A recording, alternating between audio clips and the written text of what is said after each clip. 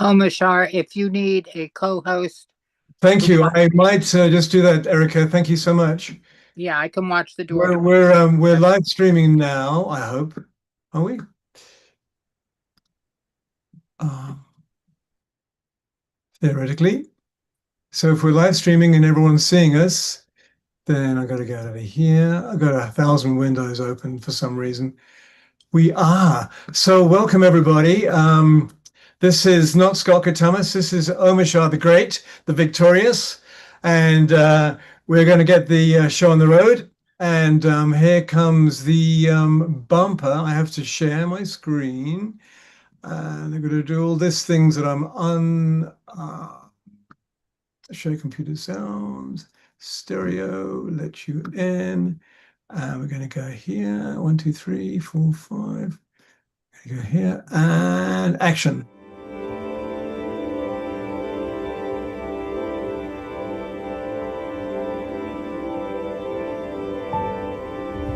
You good? Thank you. What if I were to suggest that you play a key role in the awakening world?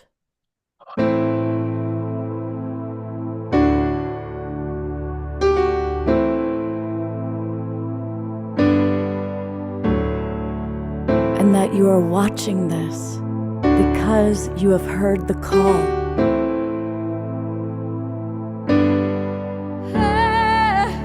We can start right now by opening our hearts and minds.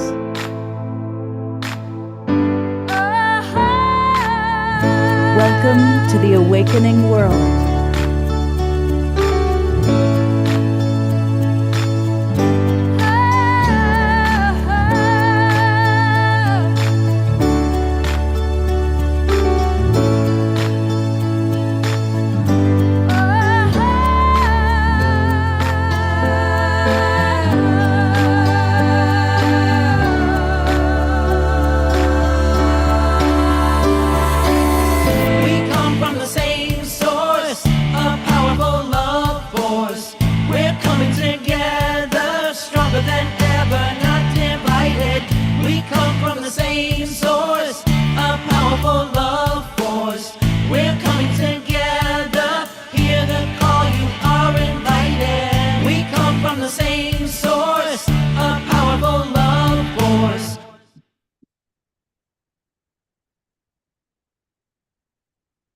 That's right. We do come from the same source, and it is a powerful love force.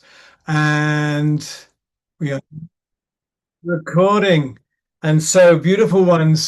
This is a walk-in. Scott has walked into me, and I am welcoming us all on FaceTube and UBook tonight.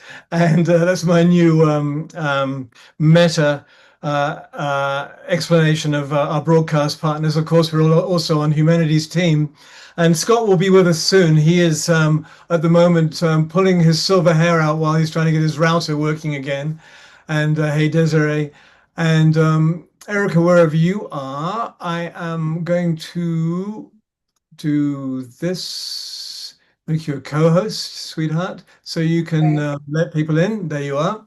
And we're going to have a couple of videos here tonight. And also, Alan Steinfeld is going to join us. We have an amazing new video from Jim Garrison, of course. And it's just a phenomenal what he says and how he perceives what is happening in the world and the universe today. And I will start us off actually with a lovely little ditty. And what I'm going to do is do this. I'm going to go into audio. And actually, what I'm going to do, thank you for being with me as we make this up on the fly. And I'm going to go here. And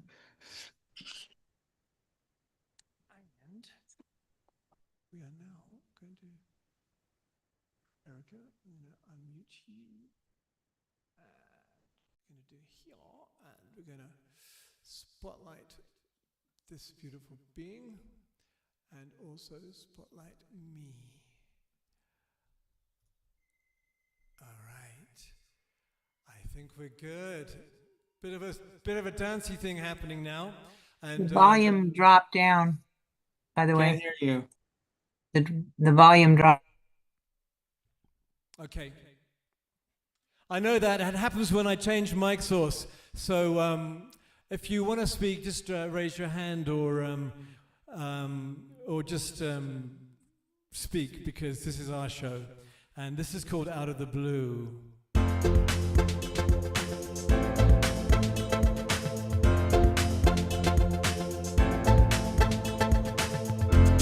Whatever happened to the ones that came before?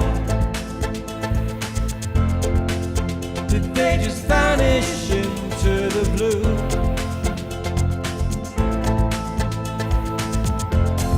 Maybe they're living the dream we know to be true, and reaching their hands back out of the blue.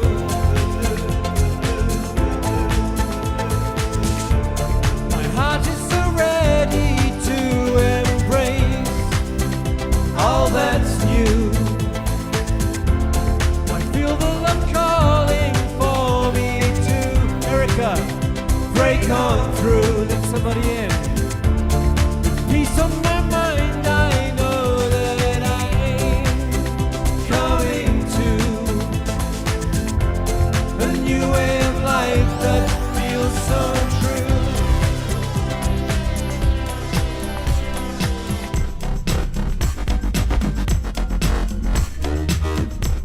Ba-da-dum-dum-dum-dum-dum.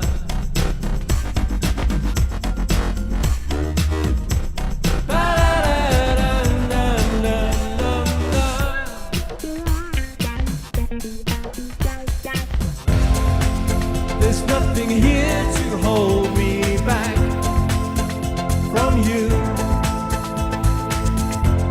The clouds of my life have blown away.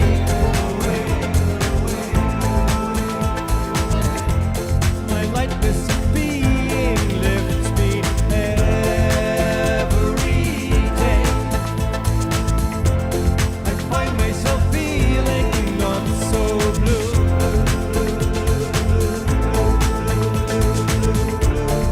Heart is so ready to embrace all that's new. Feel the love calling for me to break on through. With peace on my mind, I know that I'm coming to a new way of life that feels so true.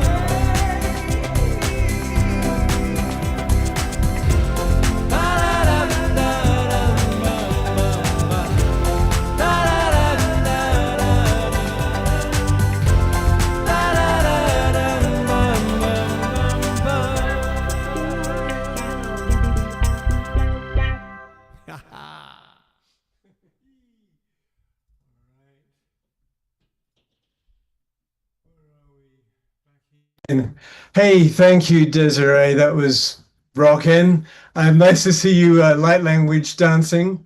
And whilst I try and get my everything together, how about Jeffrey? Where are you, brother? Here you are. man. So tell us what's happening in the latest from the Space Federation, because I have to queue up a video and I got to transfer it from my phone to my computer and then do it. So chat away for a minute, can you?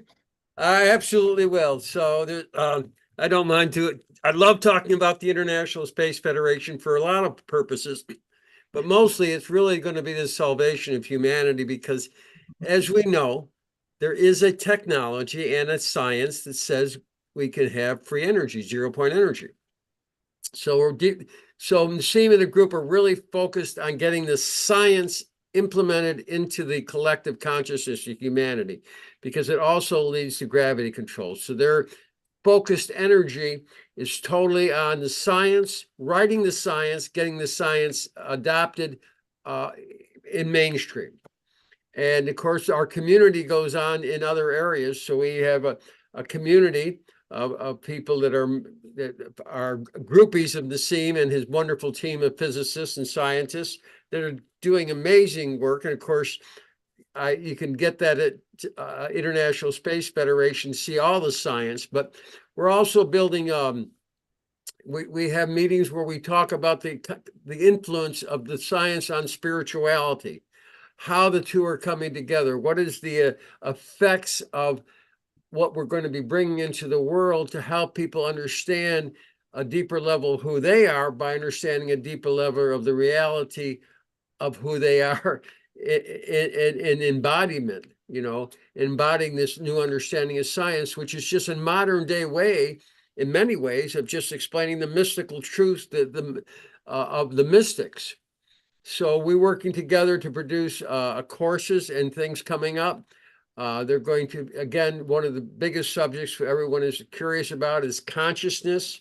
Inez and people are going to be working on new platforms to delve deeper into the nature of consciousness and how that is related to from a deep scientific point of view. And we got into and I see Reawakening Andrews here, but he could get it. He would have been fun to have at the conversation, because we got into deep into what AI is, what it could be, where it's going. And we with some of the most informed people on the planet are these people that are members of the community of the International Space Federation team. But it was no real consensus. I mean, we all had a lot of fun seeing what we could bring up from AI, but is it, I know they have railings on it and they try to keep it in a box, but is it escaping the box? And one of the things we were looking at is what Adam Apollo, who is super brilliant, and many people here know Adam Apollo and have seen his work, and what he's taking it, where he seems to be taking it, I believe it. We didn't come to any consensus, but where he seems to be taking it to a whole new level of the mystery of what AI could be, and as far as communicating in the field, in the galactic field, with other entities. So we'll see how all that plays out. But come join the International Space Federation, and you can. I'll put my email in if you're interested in the science, want to go deep into it. We have a wonderful community that meets every Wednesday to delve deeper and share our understanding of the unified physics model and the nature of reality. How's that? Oh, You want me to keep so going? much. Thank you, Jeffrey. That's awesome. So what I'm going to do now is I'm going to cue up the Jim Garrison video, and when that comes to a conclusion, it'll be about halfway, and I'll come in with a song. But I'm going to call Scott in a moment because he's going, well, this is his baby, and we're looking after his baby for him. And so bear with me again whilst I just cue up this video, and I'll need some thumbs up to make sure that it is all working awesomely. So,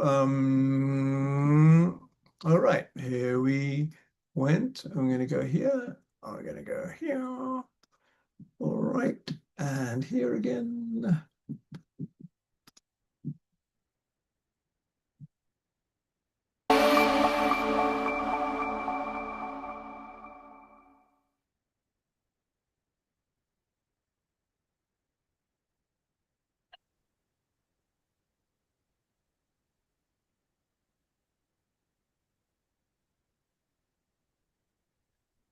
Hello, everyone. I'm Jim Garrison.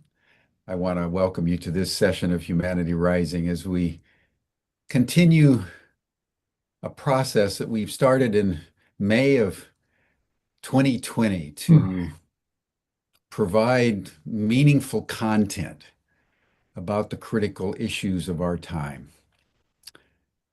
We're broadcasting now only once a week because of other extraordinary opportunities that have been brought to Humanity Rising and Ubiquity University, most especially the State of the World Forum, which I hope to touch on at the end of this broadcast.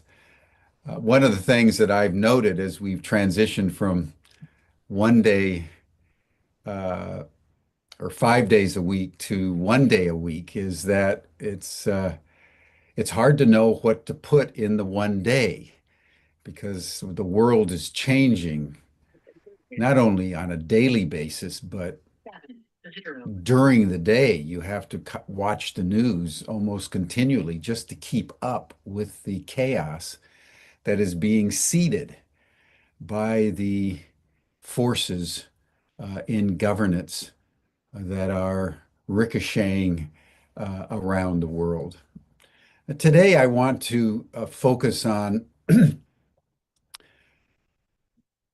the three seminal events that are taking place that, in my judgment, are really shaping both world governance, world spirituality,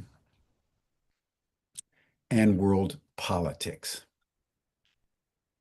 I want to begin with what is going on in Gaza.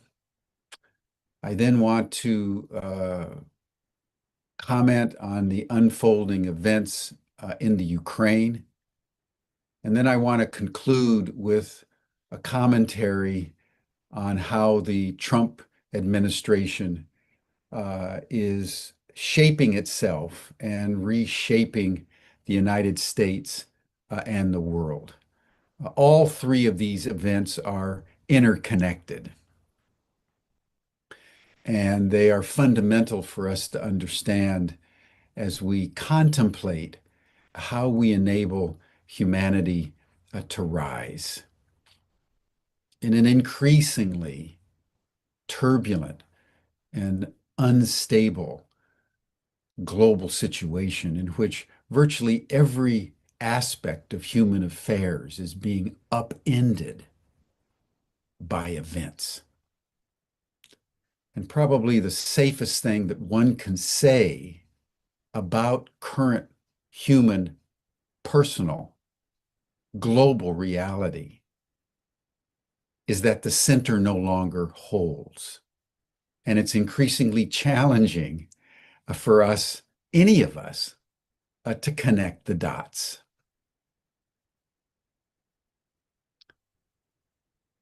I want to update people on Gaza and the unfolding genocide that is being orchestrated by Israel and the United States, working very, very closely together to exterminate the Palestinian people in every way they can, live on TV.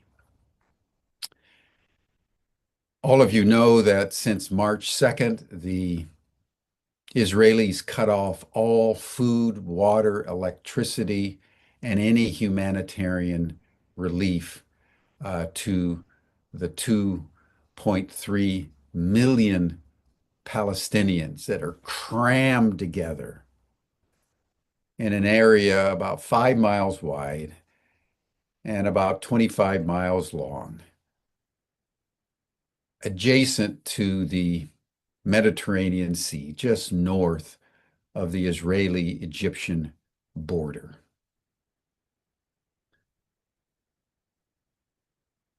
The starvation that has ensued has been extraordinary. Children are dying by the day. The entire population is on the verge of starvation. There's been no food, no water, no electricity. And at the same time, the Israelis have been conducting, it is estimated, 150 airstrikes a day. And that doesn't count the drones, the artillery bombardment from the tanks. At every level, the Gazans have been subjected to unprecedented bombardment, the most concentrated bombardment in the history of the world. And I want us to just take in for a moment what that means. During the Vietnam War, the United States set a world record, which included the First World War and the Second World War and every other war in history, by putting more bombs into Vietnam than had ever been dropped on any country in the history of the world. And it averaged about 15 tons per square kilometer of the entire country of South Vietnam. The Israelis, in the last 600 days, since the latest intensity of the genocide has been conducted since October 7th, 2023, have dropped an average of 275 tons per kilometer in Gaza. They've literally blown Gaza to smithereens, destroying over 90% of all the buildings. All the hospitals have been taken offline. All the stores, the restaurants, the civic institutions, all the universities, all the high schools, all the primary schools, all the kindergartens have been blown up.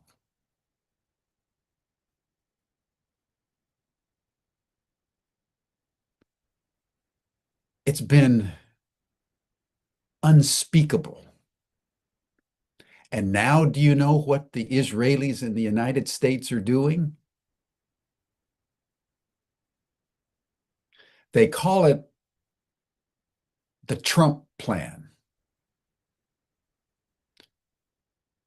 In the Israeli Defense Force jargon, it's called Gideon's chariot.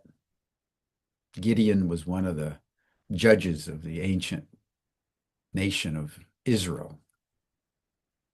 Gideon's chariot, the Trump plan. You may have heard over the last couple of days that the Israelis, bowing to international pressure, have set up 4 food distribution centers. I wondered what this was all about.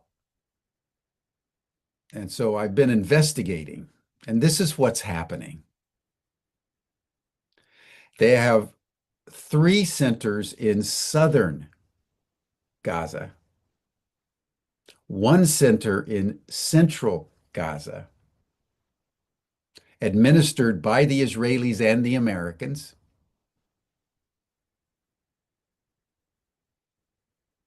and they're starving all the people in northern Gaza and giving them a choice.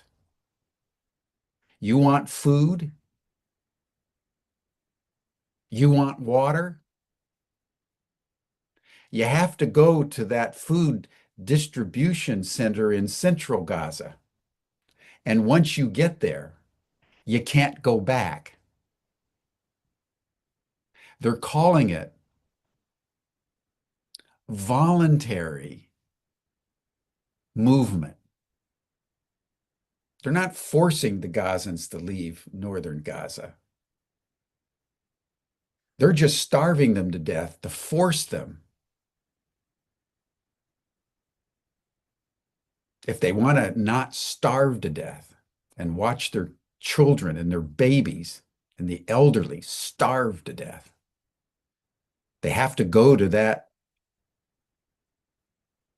center in the south, and then they can't go back because they're in the process of obliterating northern Gaza so that they can build Trump Plaza. It's a level of evil that can only be called Nazism. The greatest crime in history was what was conducted by the Nazis in the Second World War against the Jews in the Holocaust. That poison has now infected Israel. What's happening in Israel is in full measure equal to the Holocaust that the Germans transacted against the Jews. And the Israelis are now transacting it against the Palestinians. That's what's true, with the full backing of the United States of America and the European nations, the colonial powers, all of whom are guilty of genocide, are supporting the genocide against the Palestinians. I want to deepen this and reflect on the poison of Nazi ideology,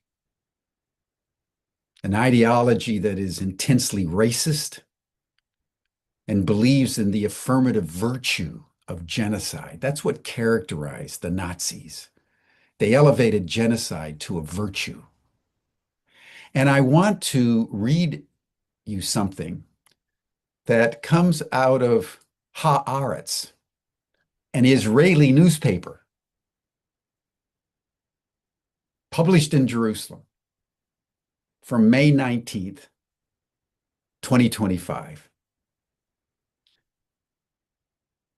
And the backdrop of this is that it's important for us to remember that most of the high-level Nazis were engaged in the black magic arts, and Heinrich Himmler in particular, who was the head of the Nazi SS, was known as the Hindu Nazi. He always kept a copy of the Bhagavad Gita in his pocket, and he had yoga and meditation exercises taught to the Gestapo and the SS, particularly in the death camps and the concentration camps, to manage their stress. That was a practice in Auschwitz, in Dachau, in Belsenbergen, and other concentration camps. They taught meditation. What Haaretz is reporting is the following. And I'm going to read it so I get it absolutely correct, because it's hard to believe. Rivka Lefer is a facilitator of workshops, meetups, and group sessions on yoga themes, teacher of feminine yoga, and personal development. She lives in the settlement Shiloh in the southern West Bank and terms herself a proud Jew who thinks outside the box. Lovely. Also, she wants to annihilate and expel 2 million human beings in the Gaza Strip.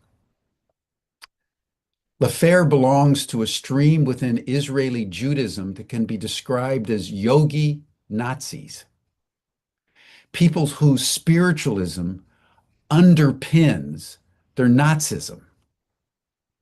They are a relatively new substratum with deep roots in the local culture that has gained popularity since October 7th, largely because of its ability to weld together concepts that on the surface seem like polar opposites: spirituality and annihilation, empowerment and expulsion, yoga and starvation, retreats and carpet bombing.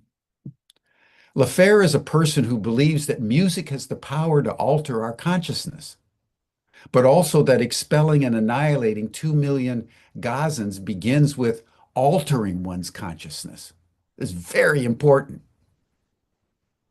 Altering one's consciousness. In order to succeed in this important cognitive switch, we have to understand that we have an enemy here whom we look in the eyes and eliminate, she says. Yes, look them in the eyes. Don't do it behind their backs, because we must be in direct and unmediated contact with those that we're annihilating. And to make it clear that by enemy, she doesn't mean only Hamas. She clarifies, quote, "We are committed to take revenge and destroy Gaza from infant to old woman." She tops it off with an appropriate Bible verse. "Thou shalt blot out the remembrance of Amalek from under heaven. Thou shalt not forget." The Amalekites were one of the tribes that the Israelites found living in Palestine when they came out of Egypt about 1200 BC. And as you remember, as I've narrated, if you read the book of Joshua in the Jewish Bible, Joshua, in God's name, directed by Yahweh, proceeded to commit genocide against the entire Palestinian population to secure room, Lebensraum, as Hitler put it, for the Jews. The Amalekites were one of the peoples that they tried to exterminate. LaFere understands that people tend to be puzzled when facing this dissonance between spirituality and annihilation.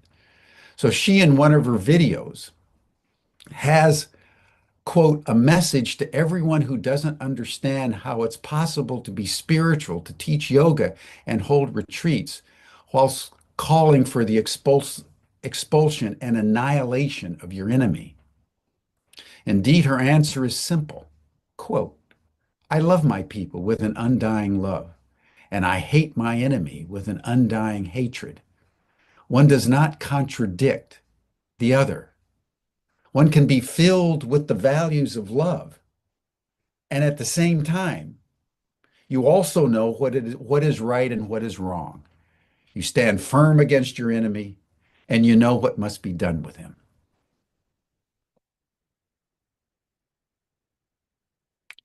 The article goes on to talk about other people in Israel. And if LaFare's Nazi spiritualism can be written off, continuing with Haaretz, because she's a settler who's found an efficient solution for realizing the idea of Greater Israel, it's worth noting that this is a far broader phenomenon in Israel that isn't limited to the occupied territories. One day before Holocaust Remembrance Day, stand-up comedian and satirist Gil Kopaz, who has been flirting with spirituality and religion for years, posted the following: "If you feed sharks, they eventually eat you. If you feed the Gazans, they eventually eat you. I support making sharks extinct and exterminating Gazans. These are my reflections for Holocaust Remembrance Day 2025. And after the post created a storm, because it was sent out all over Israel on social media and so forth and so on, with great applause from Netanyahu and the right wing, Kopatz posted a clarification. I don't have an ounce of compassion for the Gazans.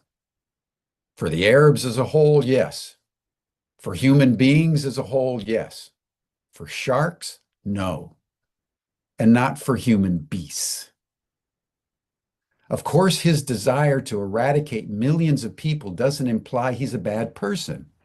Indeed, he concludes his post, I consider myself to be a humane, liberal, and moral person.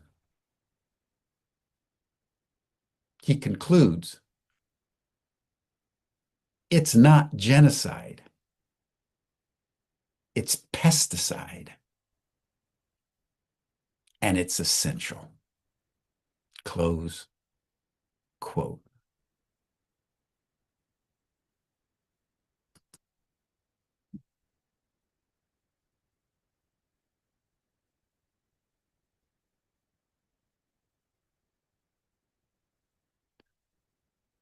I've mentioned before on Humanity Rising that Carl Jung calls this mass hysteria, that disposition of the psyche in which people can be, at one level, completely normal. Koplatz is a comedian, satirist, very funny, considered a liberal, and considers himself very humane. And at the same time, he believes that genocide is a moral imperative for the Jews, for Israel, to establish greater Israel that God has promised the Jews. And like Joshua, 1200 BC, he believes that genocide against the local peoples, so the Israelites can have Lebensraum, as the Nazis put it, is a moral virtue.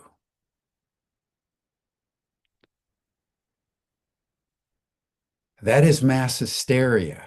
That is gripping Israel like it gripped the Germans at the hands of the Nazis. And Donald Trump is in full support.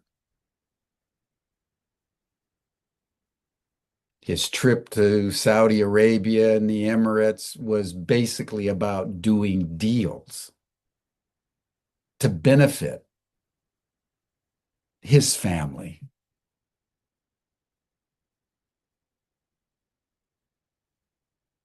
including a $400 million mansion in the sky, the most luxurious 747 ever designed, which is a palace in a 747 that was gifted to him by the emirs of the UAE, the United Arab Republics, as basically a bribe to him personally. So Air Force One is not just two 747s now. It's three 747s, because two 747s isn't enough for the gold-plated Donald Trump. It's a level of corruption. It's a level of evil unprecedented in the annals of American history. And I would say, with the exception of the Holocaust in the annals of history, we're witnessing in Gaza a crime of crimes. Not only because it's genocide, but because it's being transacted by the very people who went through the greatest crime in history and are now committing it against their own cousins because they won't share the land, because they think God gave it to them and that they're special. It's unbelievable. And they're doing it without apology, brazenly, in front of the world. I'll have much more to say about this because I hold the suffering of Gaza closer to my heart than I think anything in the world. I think about it every day. And I mourn and I grieve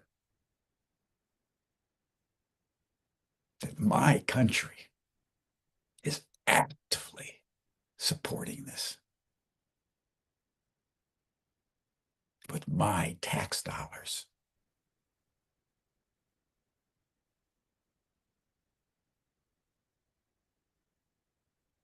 It's as close to an unforgivable crime as anything that I can think of.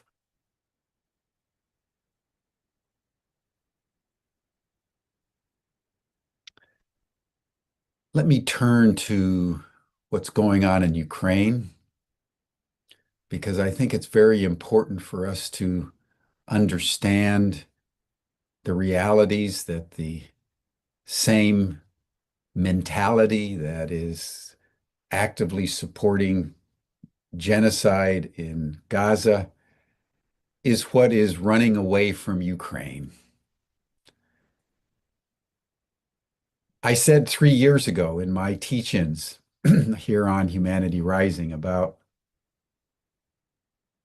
the war in Ukraine. It was going to end with 3 inevitable outcomes. The Russians were going to win. The Americans were going to walk away. And Ukraine was going to be destroyed. And that, my friends, is exactly what is happening. The Americans went into Ukraine thinking they could use Ukraine to destroy Russia and fulfill the dream of the neocons, first articulated in the Defense Guidance Memorandum of March of 1992, written by Dick Cheney and Paul Wolfowitz, Richard Pearl and David Feith, the other neocons in the Bush II administration, that with the collapse of the Soviet Union, this was the moment that the United States could abandon the promises that it had made to Gorbachev to create a mutual security zone between Russia and Europe and the United States, and to really destroy Russia, break it up. That's been the plan. So they were moving Ukraine, moving NATO to the east, starting in 2004. And then in 2008, they said, we're going to go after Ukraine. And that's when Putin said, that's a red line. It's not going to happen. But the arrogance of the Americans was so extraordinary. They just blew him off. We can do anything we want. You're weak. We're strong. Back to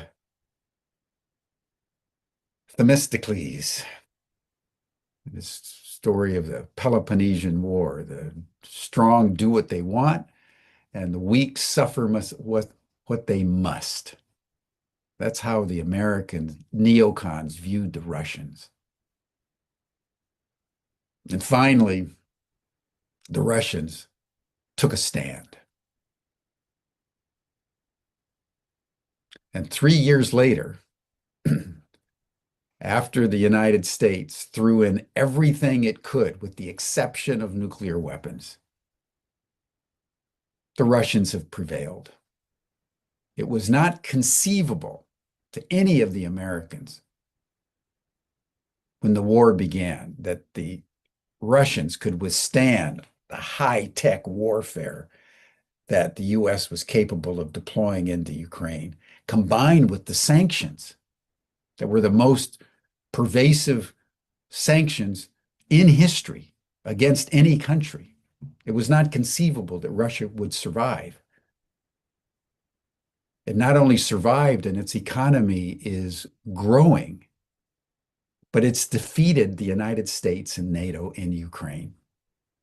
And day by day by day, it continues to defeat the Ukrainians and move its forces to the west.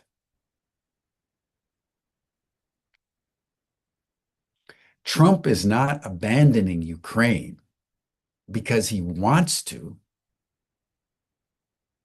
He's abandoning Ukraine for the same reasons that the Nazis abandoned Russia after their invasion in 1941, and Napoleon abandoned Russia after his invasion in 1812 because they lost. That's the reality, pure and simple. The United States and NATO have lost. And again, as I've said right at the beginning of this latest chapter in the Ukraine war, where the Americans, oh, let's have a ceasefire. What did I say? There's going to be no ceasefire. Ceasefires come after the war's over. They almost never come before the war's over. And the war is not over until two conditions basically are met. That Putin has been saying consistently, and most importantly, codified in a very famous speech to the Russian Military Institute on June 24th of 2024. Bottom line, Ukraine has to be neutral.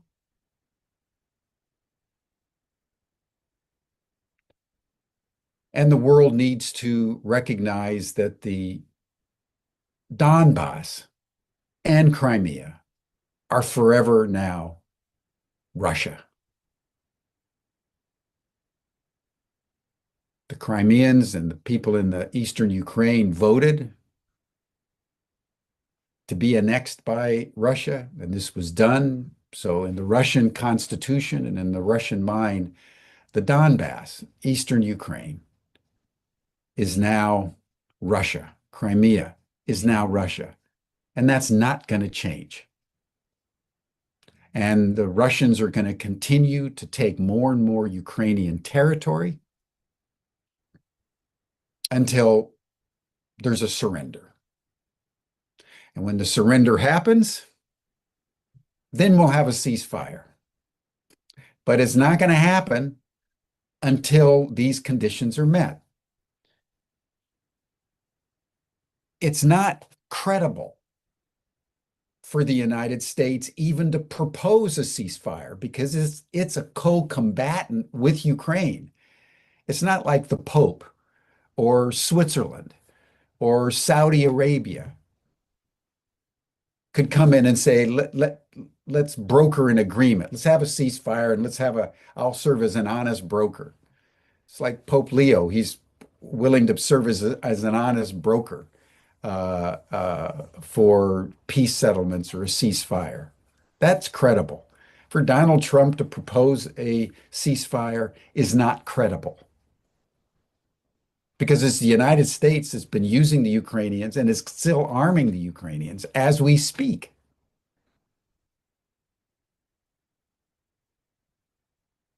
It's an extraordinary situation, but it's absolutely simple. The Russians are now in control. And there's a lot of talk in the news that Donald Trump is just going to walk away and leave it to the Russians and the Ukrainians to sort out. That's exactly how it's going to end. That's what happened in Vietnam. That's what happened in Iraq. That's what happened in Afghanistan, among many other examples that I could cite. At some point, the United States decides it's not worth it anymore. It walks away. And like in Vietnam, it left the South Vietnamese and the North Vietnamese to just basically work it out. And the next thing you knew, South Vietnam had collapsed. North Vietnam had taken over. And Vietnam is a flourishing country in the world today. And all this propaganda and all this misinformation about the domino theory that if Vietnam falls to the communists, the next thing you know, they were going to be on the doorsteps of Washington, D.C., was a complete fiction. All the discussion of Saddam Hussein being a monster that was, killing children and violating human rights and had weapons of mass destruction and chemical and biological warfare that he was going to unleash on Europe and the United States was a complete, utter fiction. All this discussion of defending Ukraine against Russia and defending civilization because Putin and the Russians were going to take all of Ukraine and then they were going to take over Europe. And the next thing you know, they're going to be here in the United States. If you don't stop them in Vietnam, if you don't stop them in Iraq, if you don't stop them in Ukraine, all is lost. And guess what? None of that was true.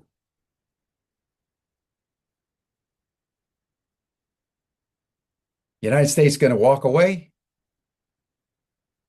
and Russia and Ukraine are going to sort it out. If they'd have sorted it out in 2020, Russia was willing to leave Crimea and leave the Donbass. That's what they negotiated. And they almost signed it in Istanbul in May of 2020. And then Obama, or rather, and Biden put the kibosh on it, said, no, we think you can defeat the Russians. Because the Ukrainians, from the very beginning, like the South Vietnamese, like the poor Iraqis, are proxies for another agenda. In the case of Ukraine, weakening and destroying Russia, and Ukraine was just cannon fodder. And the United States was willing to fight to the last Ukrainian, and they were destroying the country like they did Vietnam and like they did Iraq. And now they're going to walk away. Not because they're moral, but because they've lost. That's what's true. That's what's true. And all the stuff in the media is just chaff in the wind. And the reality is, as I've described. And the longer the Americans and the Europeans support the Ukrainians, the more territory Russia is going to take. Finally, they will clearly make it all the way to the Dnieper River, but they may also take Odessa, they may take Kharkiv, they may even take Kiev before they're done. So the longer we ignore and resist the obvious, the worse it is going to be for Ukraine. That's what's true.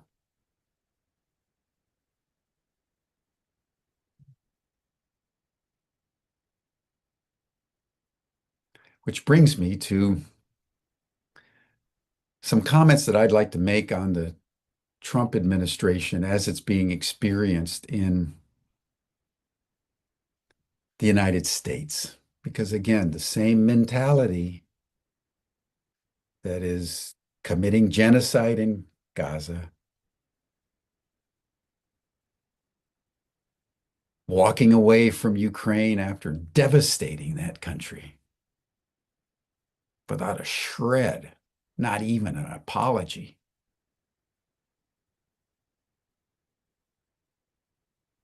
is what is destroying the United States.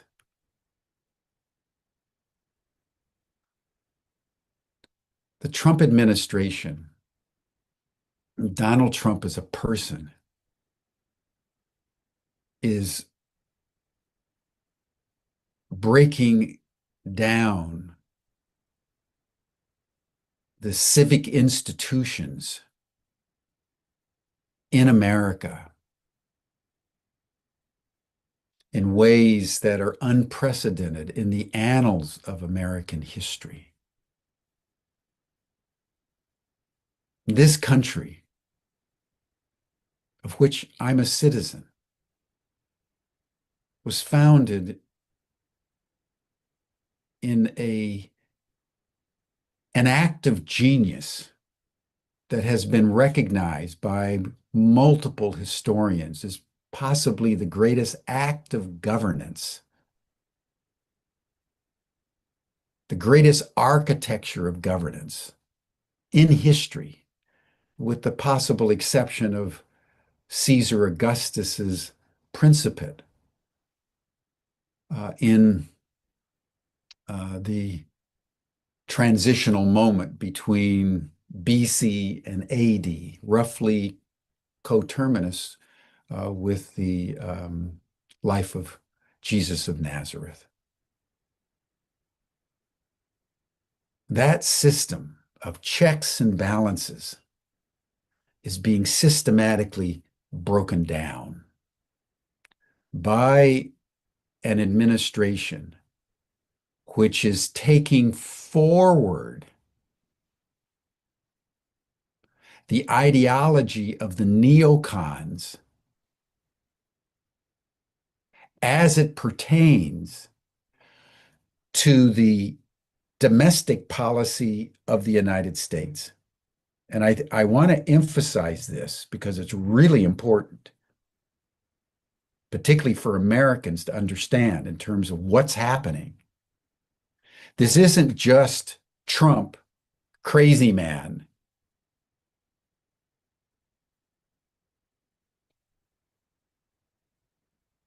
acting as Michael Moore has said recently, like a Molotov cocktail being thrown into the constitutional system. This is the latest orchestration of a strategic policy begun by Dick Cheney when he was vice president under Bush Jr., called the unitary presidency. The mentality that conceived of the unipolar moment where only the United States was dominant around the world. And that's why they wanted to break up Russia. Russia was the only country that could really challenge America because it's so big and it has nuclear weapons. You break up Russia, you secure unipolar dominance, full spectrum dominance for many, many years to come. The neocons knew that, the Russians knew it, and the Chinese knew it. The corollary to that is you have a unipolar presidency. Just like you don't want to have Russia or China get in your way, you don't want the legislative branch or the courts to get in your way. You want to do what you want to do, and that's what the strategic goal is. It's a unitary presidency. This is a thought form. This is a theory that has been incubated by the Heritage Institute and all the Koch brothers, and because you don't want to deal with all these environmental regulations. You don't want to deal with court orders. You want to rape and pillage without constraint. And that's what the unitary presidency, the unitary executive, listen to Steve Bannon. This is all about breaking down the civic institutions, what Bannon calls the administrative state. so you can build up a strong executive to do whatever it wants.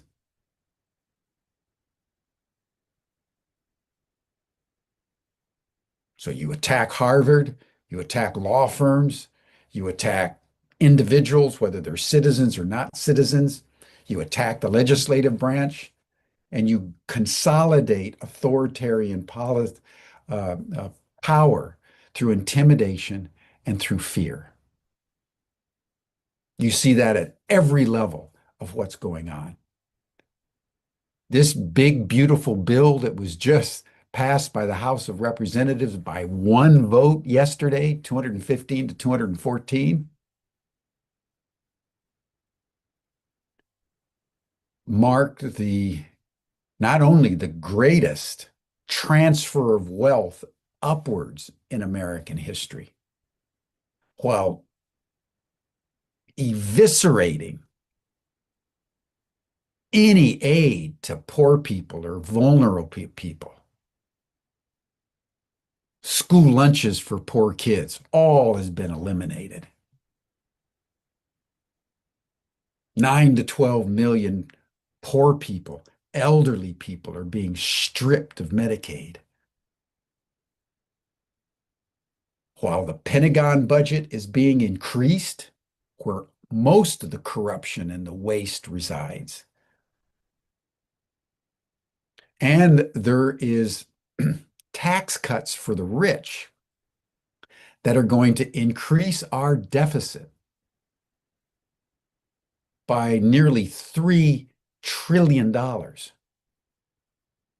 at a moment when the deficit of the United States is getting so massive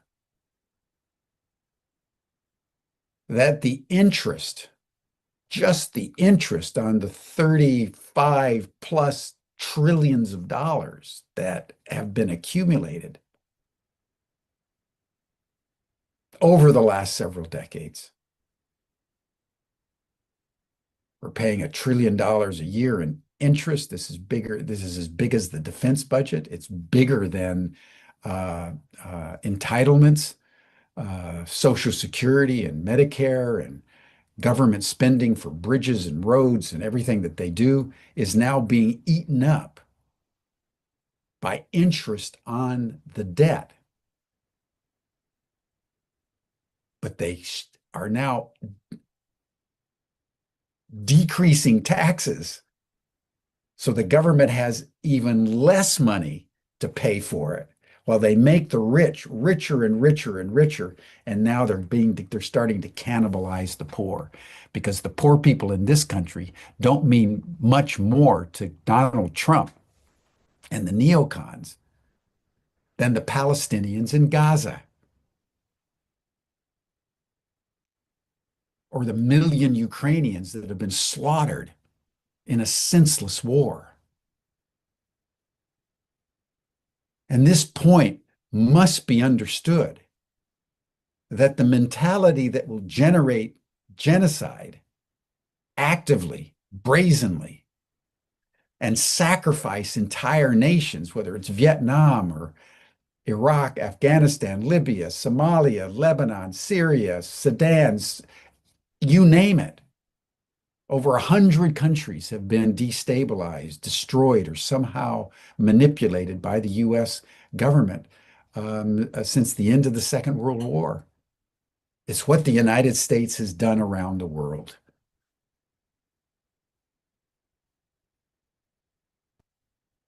And now it's cannibalizing itself, because that mentality is now unleashed inside the polity in America.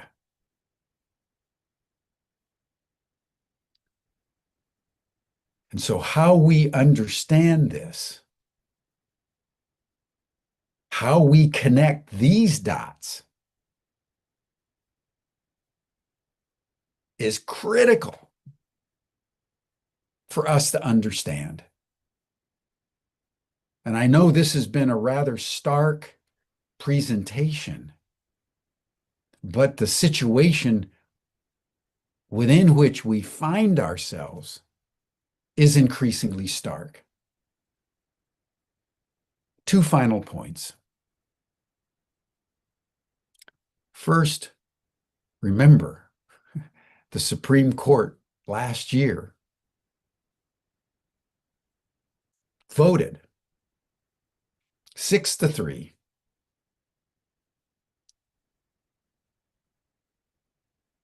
that the president is completely immune from any prosecution while he's president of the United States, engaging in official acts. So there's literally nothing any of us can do about it. And in fact, one of the unnoted parts of the trillion-dollar budget that was just passed by the House by one vote is to radically weaken the capacity of the courts to hold the government in contempt. You know, the courts don't have armies. So when the Supreme Court makes a ruling, the assumption is that the executive and the legislative branch go along with the adjudication of the court. That's what the Constitution says. Well, what if the President of the United States says no? The only recourse the court has is they can hold the president in contempt. Well, in the bill that they just passed, the courts are going to find it almost impossible to do that. As I've said, this is a strategy. This is not mercurial. Trump's random moves are purely superficial distractions so that people can't keep up with what's really happening. This is quintessential politics as a diversionary tactic. Politics as a magic show so that he calls attention over here, but what he's really doing is over there. And then once you start to figure that out, he does something else to distract your attention. Final point I want to make about Trump is that this mentality was taken to absurd levels in his meeting a few days ago with President Ramaphosa of South Africa, where in the midst of his genocide in Gaza against 2 million people, he accused the South Africans of genocide because there's been a couple of farmers, white farmers, who've been killed. That is not genocide.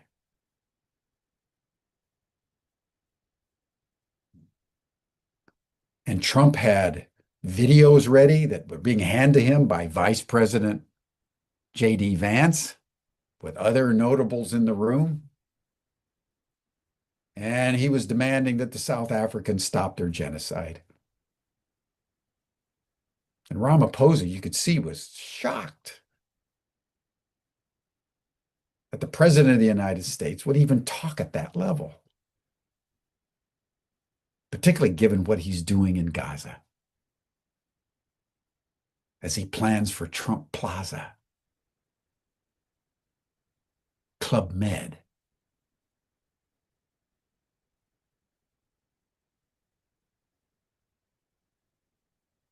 That's an insight into the mentality of not only the man, but the entire administration of Donald Trump. That's what we're dealing with. You know, I was born in China.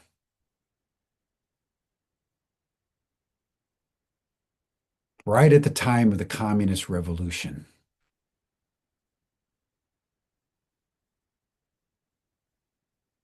My parents told me a story that when they got to that area before the revolution, the peasants owed between 200 and 300 years of back taxes to the landlords, who had such complete control over the peasants that they could come in at any time and take anything they wanted. If they saw a wife or they saw a daughter, she was compelled to go to his bed that night. No questions asked. When the revolution came, the peasants went to the landlords and in many cases ripped them apart limb by limb. That's not genocide.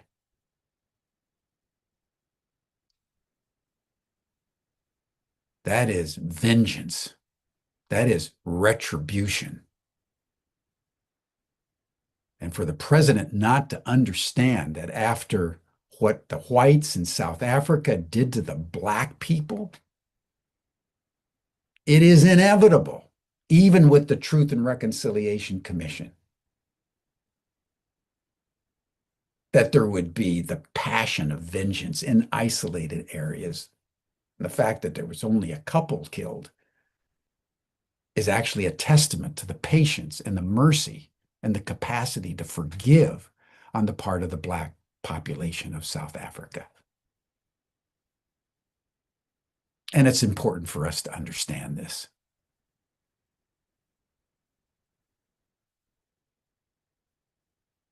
Chaos reigns, my friend, and the center does not hold. It's time that we hold hands. It's time, as we're trying to do through the State of the World Forum in December, to connect the dots, to try to assemble a meaning framework of the different data points that are happening in our world. Because if we can simply hold in our awareness the contradictions, we will have some capacity to know how to navigate through the accelerating chaos as it unfolds right before our eyes, affecting all of us in unexpected but in inexorable ways. That's our challenge. And particularly for people of the light, that's our mission, to continue, as I've tried to do today, to simply take a stand and call evil what it is, evil, and then do whatever we can to bring light into that darkness. And that's why we continue with Humanity Rising.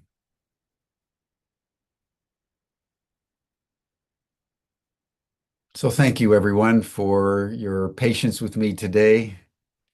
I feel so deeply about these issues, particularly the suffering of the Gazans, those poor Palestinians that are being starved and bombarded 24/7, now for 600 continuous days. Let us hold them in our hearts. That'll bring our session to a close. I'll be happy to join the after chat. For those of you who would like to deepen this conversation for a little bit, you'll see the link for the after chat in the chat.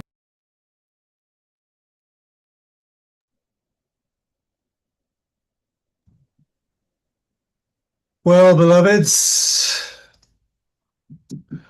holy smoke. I don't have anything to say about that because it stirred me every which way and loose. And I'm just going to go on to gallery view for a moment just to see who's here. And I don't know if we should have a chat about it because I'm sure we've all been stirred in different ways. But what I would like to, if you do have something you'd really like to say, raise your hand, please. But just from my perspective, there are no sides. We're just watching and witnessing. And if we join sides, then we've already lost the game. And so what I'd like to do is Desiree has offered us a little prayer, and then I'd like to play a song, and then Diara will take us on a little meditation, and then we can decide. We have it.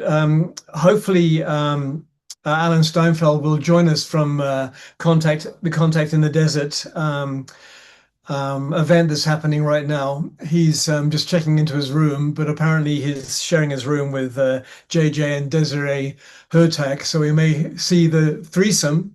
But right now I'm going to spotlight Desiree, and she'll lead us in a prayer, and then I'll take us into a song, and then we'll have a little bit of a centering with Diara, and then we shall continue because we continue. We have faith and we love, and that is all that matters. Well, it's not all that matters, but it's a lot that matters. So how do I do this? All right, so we go here. Oh, come on. I just want to say thank you as you set that up. It was a very heavy message at times, but at the end, Jim Garrison did mention that we need to bring light into the darkness. So I'd like to do a little bit of that now. If you'd like to join me, we're going to bring in some light language. So go ahead and take a nice big breath in through the nose and out through the mouth. We're going to connect our heart centers. We're going to start by grounding off some of that heaviness. Notice that counterclockwise swirl. We're just grounding that energy, transmuting that energy. We do have the knowledge of what was said. We can use that knowledge to help further growth, bringing in the light, they say. Yes, very good. So another big breath in through the nose, out through the mouth. Let's see how much light energy we can bring in.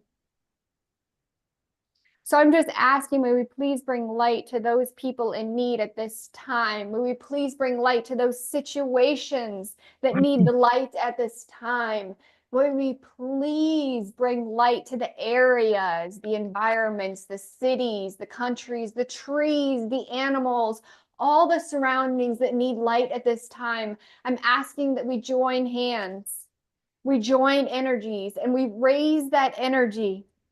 We raise that energy and we bring light energy to all those areas for the highest good. We bring in forgiveness where forgiveness needs to be. We realize that those individuals in front of us are human just like we are. We see in them the beauty that we can see within ourselves. We work on ourselves to grow that beauty that we see so we can see that within other people. I'm asking that we clear as far as we know, so that we can see more clearly that which is in divine and other people. I'm asking that we raise that vibration, bringing in those spirit guides, ancestors, energies to help those frequencies. I'm literally seeing the love frequency right in front of my eyes. I love it, love it. Thank you so much for sharing that with us today. So I'm just asking that we spread that love not only throughout ourselves, but throughout the areas that we touch, the other people that we touch, the things that we think about, that we talk love, we speak love into it. We share the love with other individuals as well. We find the love. We bring in the peace. Thank you. Seeing a lot of peace being brought in now. seeing flowers opening up and growing as well. I love seeing that. Thank you. Thank you. There's a lot of growth, so much it was almost pulling me off balance. Very nice. We are the light. We are the love. And I thank you for sharing that with all those around you. Thank you. Thank you, Desiree. That rocked. It's quite a challenge for me to view what is happening in the world and actually remain neutral. However, that is the mastery. I don't want to make anything less of it, because what is going down is absolutely abominable. And however, we are here to bring that which is real back into the light. And I'm going back into our focus, should I say. And I'll play the song now. Thank you so much, Desiree. And let's dance a little bit. All right.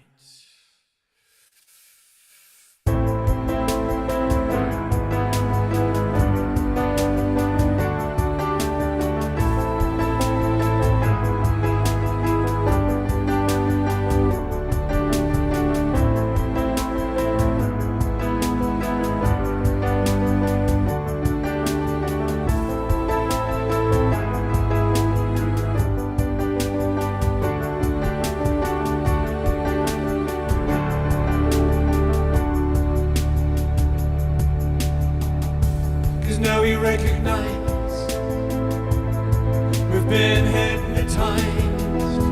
The smell is wearing off, and so now we rise with higher frequencies. There is no disguise. The truth of life itself is now realized. Love is reaching through the hearts of me and you.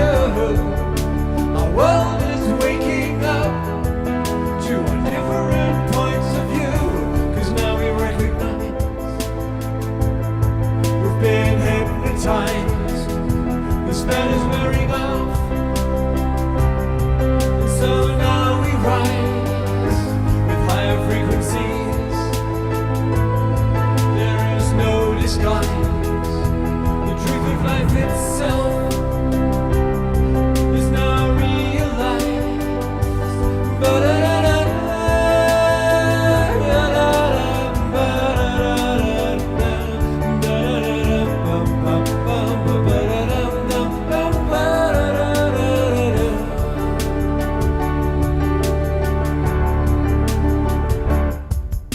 So shake yourself free of the past. No longer do I walk in the dark. Let's show each other what we can do, and let our light shine right on through. And let the good of humanity stay, and let the dross simply fade away. And let the mother return to us all, so that Jerry can have his way.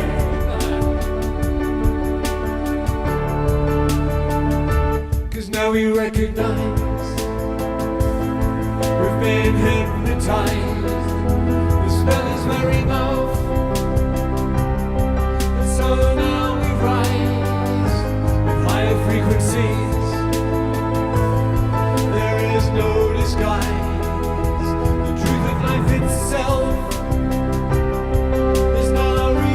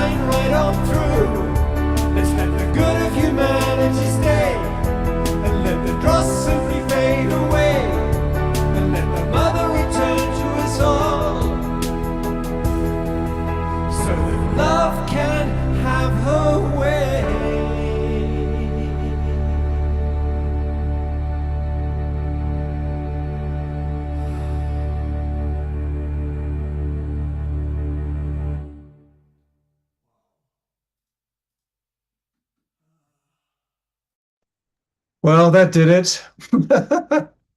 Thank you, Jerry. I hope you heard the lyric I put in for you right there.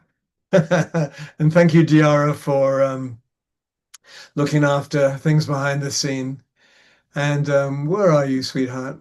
I have to find you. May I just add, that was absolutely beautiful. I saw just, the hold that on mankind. I saw that being lifted. I saw the divine feminine coming in and raising mankind. It was absolutely beautiful. I saw just the compassion, the empathy that comes with that divine feminine, that not only males and females, but all of us have that divine feminine within us. And then I saw, which was just made me want to cry. I literally see in my hand a wish, and it was like so far away. But then I see that wish being brought and our hearts opening up. So I just want to say thank you. That was absolutely beautiful. Thank you. It takes a village, and here is the village right here. Thank you, Desiree, and thank me for being such an awesome songwriter. And actually, no, I just channel. I lay no claim to any ownership of any of it. And Diara, please lead us on a little meditative journey, and then we shall. I haven't heard from Alan, or Scott, then we can Scott go on. is here. Oh, he Scott is? here, actually. Whoa, dude, where are you, man? Hang on a minute. I am, for the first time in many years, There I you am are. I am inside a McDonald's restaurant. Oh yeah, right. First Um, time in a year, sure, man. really, I mean, Pollo Loco. I do Pollo Loco, but I don't normally do McDonald's. Oh well, But yeah, that's awesome. I know. Scott and I have been texting. He's been driving around trying to find someone with internet. So we finished the Jim Garrison, and yes, it was definitely stirring for us all.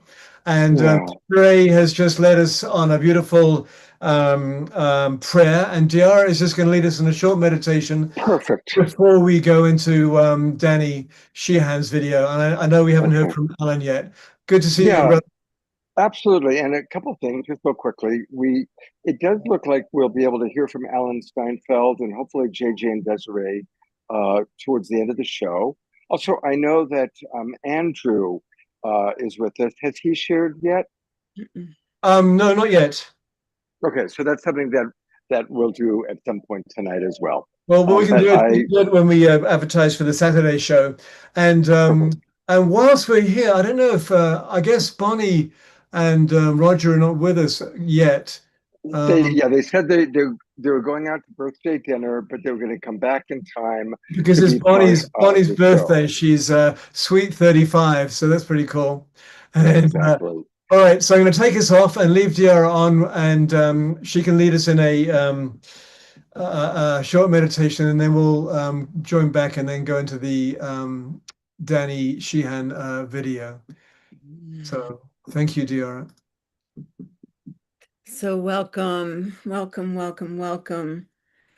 Oh, beloveds, take a deep breath in and continuing the beautiful trail that Desiree has opened for us, allowing our bodies to receive this healing energy now,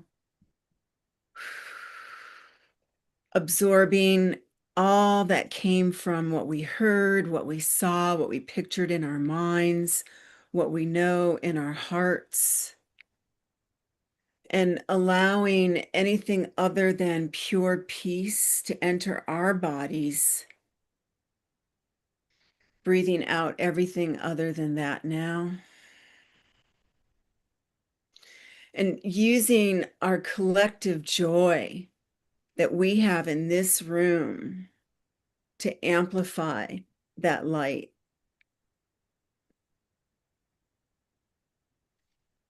And so again, breathing in and finding the joy and the love, allowing the central nervous system to absorb that. Omashar's beautiful song that gives us hope. And we're so blessed in this community that we can move from the heavy truth into the lighter realms, and moving in a moment, as we will, into the celestial divinity For we are the ones that are the bridges of heaven and earth. And so with that, I'll say aho, and so it is.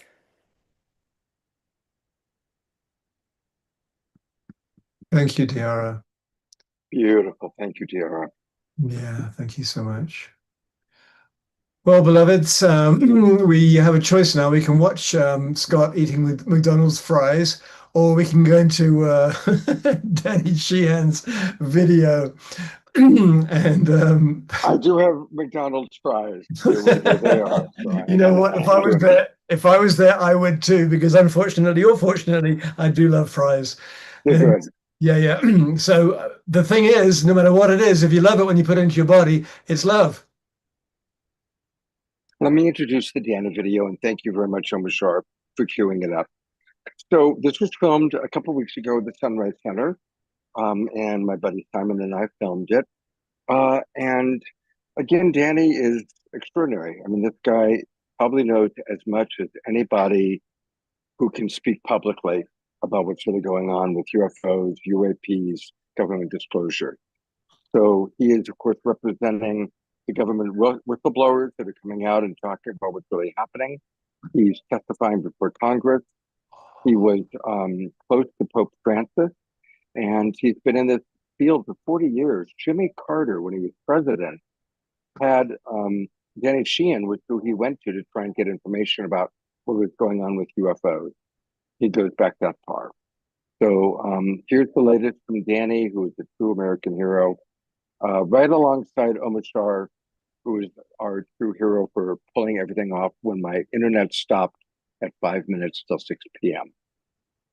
We love Omar Shar. And it's his last night with us for like 3 weeks because he's going to visit his mom. So we definitely going to want to do a prayer for Omar Shar travel and his mom as well. Yes, I'm going to go and visit Mummy, and we'll see. I'm going to do some pruning to the apple tree, which hasn't been pruned for 5 years. So you can imagine me up an apple tree chopping and getting grounded because I really need some grounding right now.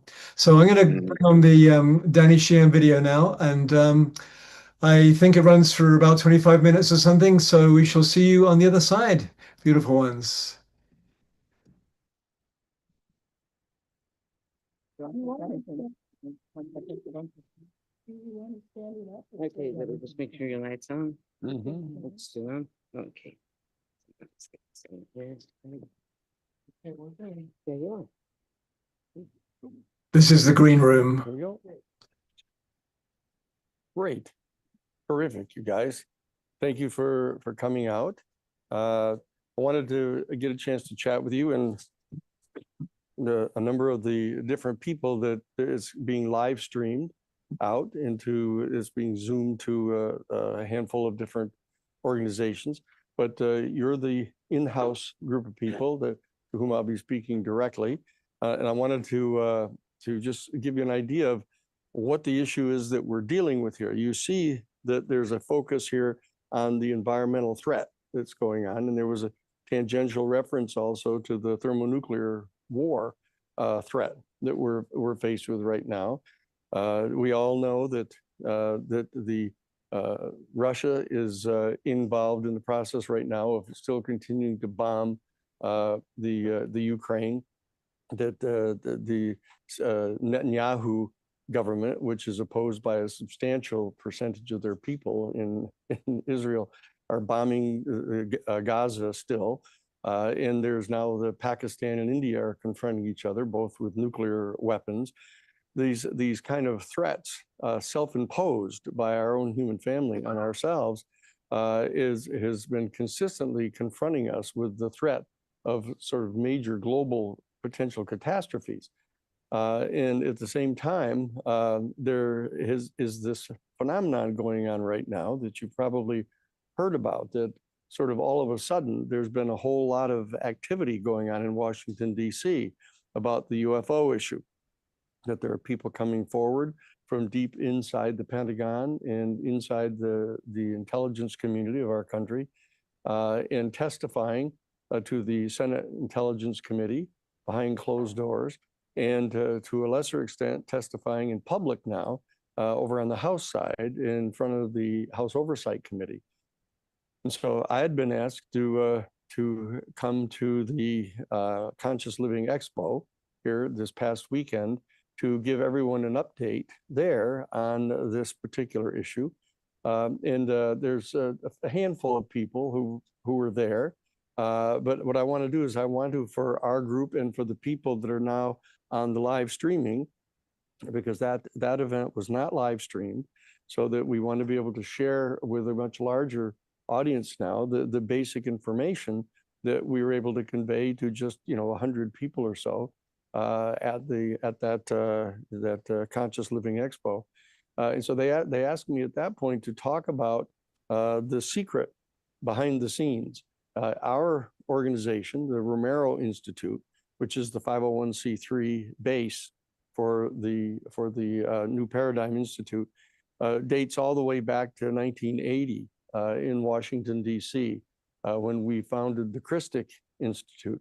That was a marriage, if you will, between the Jesuit National Headquarters, where I was general counsel, to the National Social Ministry Office, which is their public policy office, and the National Organization for Women, where Sarah was the National Labor Secretary there under Karen DeCrow and Eleanor Smeal.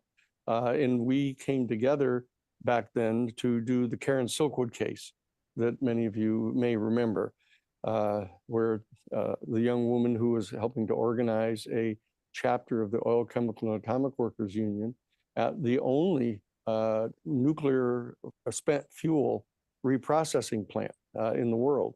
And she discovered that they were missing 40 pounds of 98% pure bomb-grade plutonium. And she called the National Office of the Oil, Chemical, and Atomic Workers and told them that she had discovered this and was complaining about how sloppy the facility must be to be missing 40 pounds of 98% pure bomb-grade plutonium. Well, the New York Times people were contacted immediately because the Oil, Chemical, and Atomic Workers realized that you don't just go missing 40 pounds of this, maybe ounces, but not pounds. And so they decided they were going to send the New York Times reporter out to Oklahoma to interview her, and she was killed on the way to the meeting with him. And the documents were removed from the car. We got called in to do the investigation of her death and ended up winning a $10.5 million judgment against the Kerr-McGee Nuclear Corporation, ended up shutting down that facility, and ended up getting a series of court rulings that stopped the construction of private nuclear power plants in the United States all the way from 1979 up until the present. And so that we were asked to stay together after bringing together that kind of ad hoc team of people to do other cases. And we went immediately to 3 Mile Island. We were called into 3 Mile Island, where we did the litigation that stopped them from pumping the radioactive effluents that had escaped into the water, the cooling system of the 3 Mile Island facility, because of a partial meltdown in their core. And the Nuclear Regulatory Commission had already authorized them to pump all that water into the Susquehanna River. And we went in and stopped that, proving that there had been a meltdown and there were radioactive nuclides in the water. And that stopped what they estimate at probably 50,000 cases of cancer over the next decades. So we stopped that from happening and stopped that plant and had to just unload the fuel from that plant. And we kept on doing one case after another where we were disclosing the secrets. The secret of the death of Karen Silkwood, the secret of the fact that they were smuggling 98% pure bomb-grade plutonium out of that facility to bring nuclear materials to the state of Israel and to Iran for the construction of nuclear weapons. We then revealed the fact that there was actually a meltdown in the plant at 3 Mile Island.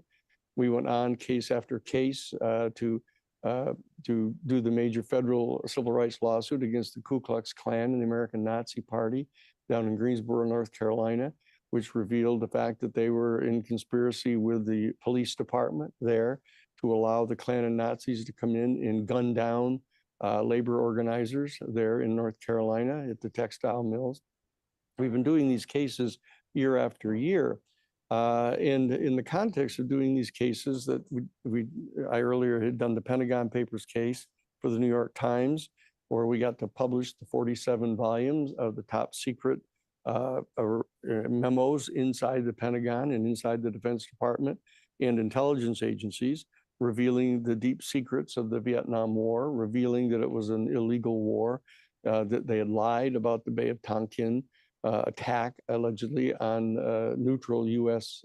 ships that just happened to be in the neighborhood, which were actually shelling the shorelines of North Vietnam. But we had been doing a number of these things, and because of that, we ended up being contacted. I had been contacted earlier when President Carter was elected back in November of 1976. And because he had seen a UFO when he was governor of Georgia, one of the very first things that he did after being elected on November 2nd of 1976, he sent immediately for the head of the Central Intelligence Agency to come down to Plains, Georgia, and brief him on the UFO phenomenon. He wanted to know immediately what information we had about the UFO phenomenon and any potential extraterrestrial life form that was responsible for the UFO phenomenon. And in that case, the head of the CIA refused to give him the information, saying that as the elected president, he had no need to know that information. And it turns out that that particular CIA director was George H.W. Bush, who was the head of the Central Intelligence Agency at that time and went on to become the vice president of the United States under Ronald Reagan and then the president. And throughout that period, I was involved because I was contacted by the Library of Congress, the Congressional Research Service, at the request of President Carter to undertake with them a major study of all the documentation that existed inside the government about the UFO phenomenon and about the extraterrestrial intelligence, to be able to provide this information to the new president, President Carter. And it was in that context that I was given access to the classified portion of Project Blue Book, which was a top secret investigation conducted by the United States Air Force into the UFO phenomenon, which was later transformed into basically a major cover-up, where they basically told the whole world, once they discovered that there was such an investigation, that there was no there, that there was no indication of any kind that that UFOs were real, that the overwhelming majority of these were just mistaken natural phenomenon of one sort or another. And they lied consciously about the program. And it became clear for those of us who were given access to the classified portion of Project Blue Book that they'd been consciously lying, not only to the American public, but to the Congress of the United States, that there was in fact a clandestine operation going on inside the new Central Intelligence Agency and the Defense Department, military services, to actually explore and try to get possession of one or more UFOs. And that we discovered in the classified documents eventually that the events that took place in 1947 at Roswell, New Mexico, turns out to have been true, that this was actually a crashed UFO vehicle that had been recovered by our United States government, and a complete fabrication had been generated by the Defense Department and the CIA to lie to everyone, to pretend that this was a weather balloon that had crashed, and that the people that were at the only nuclear bomb center in the whole world, that had been the center for the Enola Gay, where they launched the Enola Gay that detonated the bombs over Hiroshima and Nagasaki in in August of 1945. This was their military base. And it turns out that a UFO had crashed in the immediate vicinity of that and had been recovered. They immediately shipped the wreckage to Wright Field in Ohio and began a secret program trying to back engineer the technology so they could actually develop a whole new generation of weapons using this technology. We began to uncover this over time. I ended up later being contacted by Dr. John Mack, that many of you may know. That was John there. That was his set of interviews of the young children in Africa at the school where a UFO landed on their playground, and basically communicated telepathically to the children. There were like 60 children there, and they all got the exact same message from these beings that came out of the craft, about our having to stop polluting our atmosphere with pollutants, and particularly the petroleum, and that it was going to lead to the devastation of our ecological system. So that when John published a book about this and was dragged up in front of a faculty committee at Harvard University, challenging his tenure, basically, for having undertaken such an irresponsible communication to the world about the reality of the UFO phenomenon and the extraterrestrial presence here. He contacted me, and I represented him legally in front of this particular panel. I was given the privilege of being involved in organizing the witnesses for us to present before this faculty committee at Harvard. And therefore, I got to meet virtually all of the major players in the entire UFO field. I got to meet Bud Hopkins. I got to meet Stanton Friedman. I got to meet, Dr. Stephen Greer. I got to meet, Linda Moulton Howe. I got to meet virtually all of the people that were involved in doing investigations. And that's how I began to become deeply involved in this whole program. So as we were through the Christic Institute originally, engaging in such litigations as the Iran-Contra case, for example, where we caught the CIA and the Defense Department smuggling weapons to the Contras in complete violation of the Boland Amendment that had been passed by the United States Congress, prohibiting them from doing that. That we're the ones that did the major investigation of them. We brought criminal charges against them under the Federal Criminal Racketeering Act. We brought the civil case down in Florida that ended up generating the appointment of the special prosecutor, Lawrence Walsh, and the major hearings in front of the Congress. So this has been our history down through the years in doing these kind of investigations to uncover these secrets. What I was asked to do at the Conscious Living Expo was to lay out kind of a several part presentation on this issue to try to bring people up to date, some of the people that were more familiar with some of these details, but many other people who are not, that are just hearing about sort of at a distance what's going on in Washington, that all of a sudden there's this whole spate of hearings going on and articles appearing in newspapers and stuff, and a lot of podcasts now interviewing people that are deep within the national security state, revealing this information. And so what I had done, what I want to do just briefly here this evening, primarily for the advantage of the people that are on the streaming, live streaming and the Zooms here now, give a bunch of information, and the people here can ask questions about it so that people can see what the normal kind of questions are that people would want to know about in light of the information. So what I want to do is I want to cover first, dealing with, what is the secret about the UFO phenomenon and this extraterrestrial civilization that is represented by these UFOs. And secondly, what are the steps that have been taken by our United States government in response to this reality? Why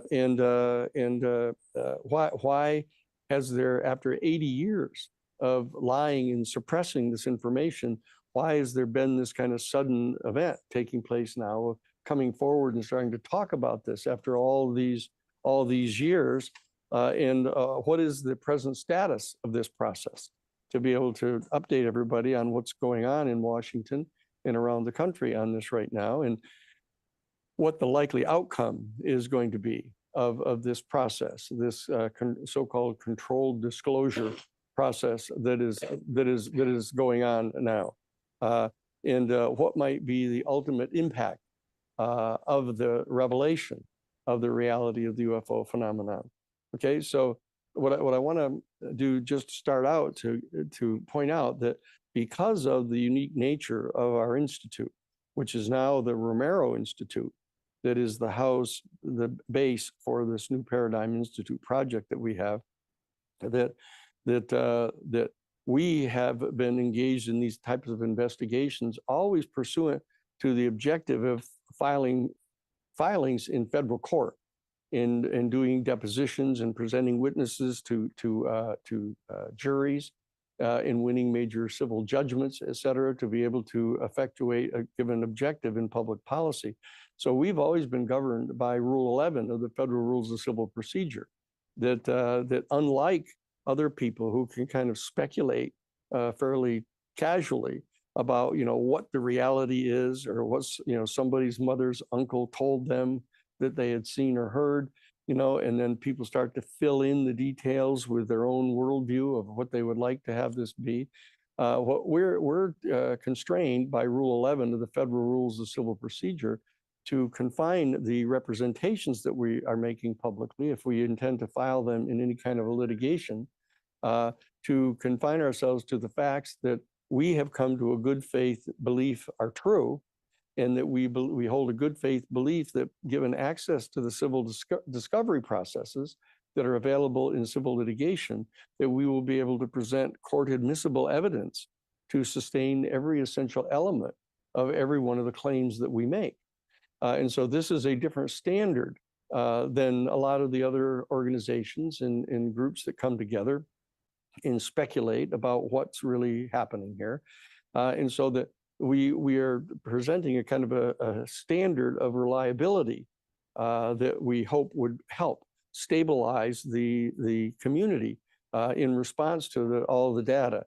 And so that what we have come to believe as of this point is number one, that the UFO phenomenon is real, that this is not just a mistaken natural phenomena.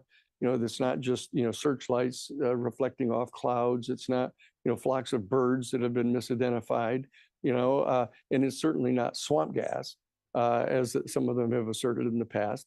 These are real. These are actual vehicles they're traveling in these extraordinary ways, where they come down from 80,000 feet, which is technically outer space.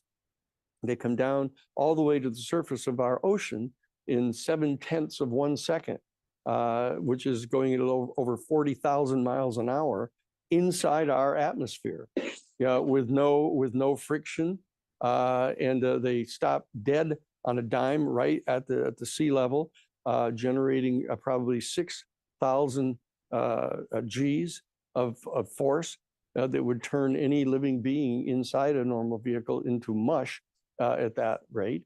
But then they just go underwater with no splash of any kind, and they go underwater and proceed at over 200 miles an hour under the water. And these are being monitored now. There was an entire aircraft carrier battle group deployed down off Baja, where there was a site between Baja and Guadalupe Island, an exact point of longitude and latitude down to the minute and second, where they've registered over 100 of these UFOs coming and going from this particular spot, and that they suspect that there may well be a major base under the ocean, under the Pacific Ocean, because at that particular site, there's an extraordinarily large mountain range under the sea, which has deep valleys, and that in one of these valleys, there may be a major base that the UFOs have operational. And it's way deeper than any of our submarines can go, and deeper than any of the kind of underwater vehicles can go to try to track. Now, so this reality of the phenomenon is the first of all important things to come to understand, that these are real. These are not imaginary. People who believe that they've seen UFOs functioning like this, going 40,000 miles an hour inside our atmosphere and turning on a direct 90-degree angle, coming out of a turn like that at that kind of speed. That these are real, and the fact is that they are being piloted by a non-human species that is here, and that we have in fact recovered one or more, actually 9 of these vehicles at least. We have them in our possession. They have been able to start looking at the technology of these craft. They've recovered bodies from these craft that they've now tested, and through DNA have shown that they are non-human beings. There are some 6 of these particular species that they have identified. There are the little 3.5 feet tall, large head with large almond eyes and little holes for nose and 3 fingers, the arms that kind of are down a little bit longer than their knees, etc. And then there is a second species, which is almost 6 feet tall, that is just like that. The same kind of large head and large eyes and same appendages, etc. There is, in fact, a reptilian species, a separate species that is, 5.5 to 6 feet tall, humanoid, really quite benign, actually. But of course, reptiles have a particular reputation in our species. People get the kind of willies about reptiles. And so people had been projecting onto these beings kind of a negative press, as it were. But that certain people that we have talked to that have had direct face-to-face encounters with some of these reptilian beings and find them to be extraordinarily benign and very intelligent, extremely smart.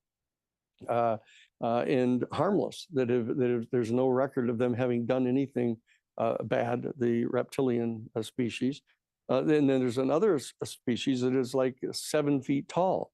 They call them the mantis people, and that they're extraordinarily thin and skinny and big and tall and kind of hunched over like this. That people think they look like praying mantises, and they call them the mantis people. And they always seem to be sort of in charge. If people see them in the presence of any of the other species, they seem to be giving direction to the others as to what to do. And then there's this one that is very problematic and quite confusing, that is asserted to be virtually identical to human beings. And this is presumed by many of the reports to be a species that comes from the Pleiades, a particular constellation of 7 stars that you can track from Orion's belt. And you just look off to the right of Orion's belt, and you'll see a constellation of these 7 little stars that are all together. And this is the Pleiades constellation. And a number of people, Billy Myers and others, have asserted that they have had face-to-face encounters with beings that look virtually identical to us. Our institute has taken no position on that because that puts us into an entirely other octave of reality, of trying to determine what the relationship may be between us as a species and this other group that are reported to be Homo sapien, basically.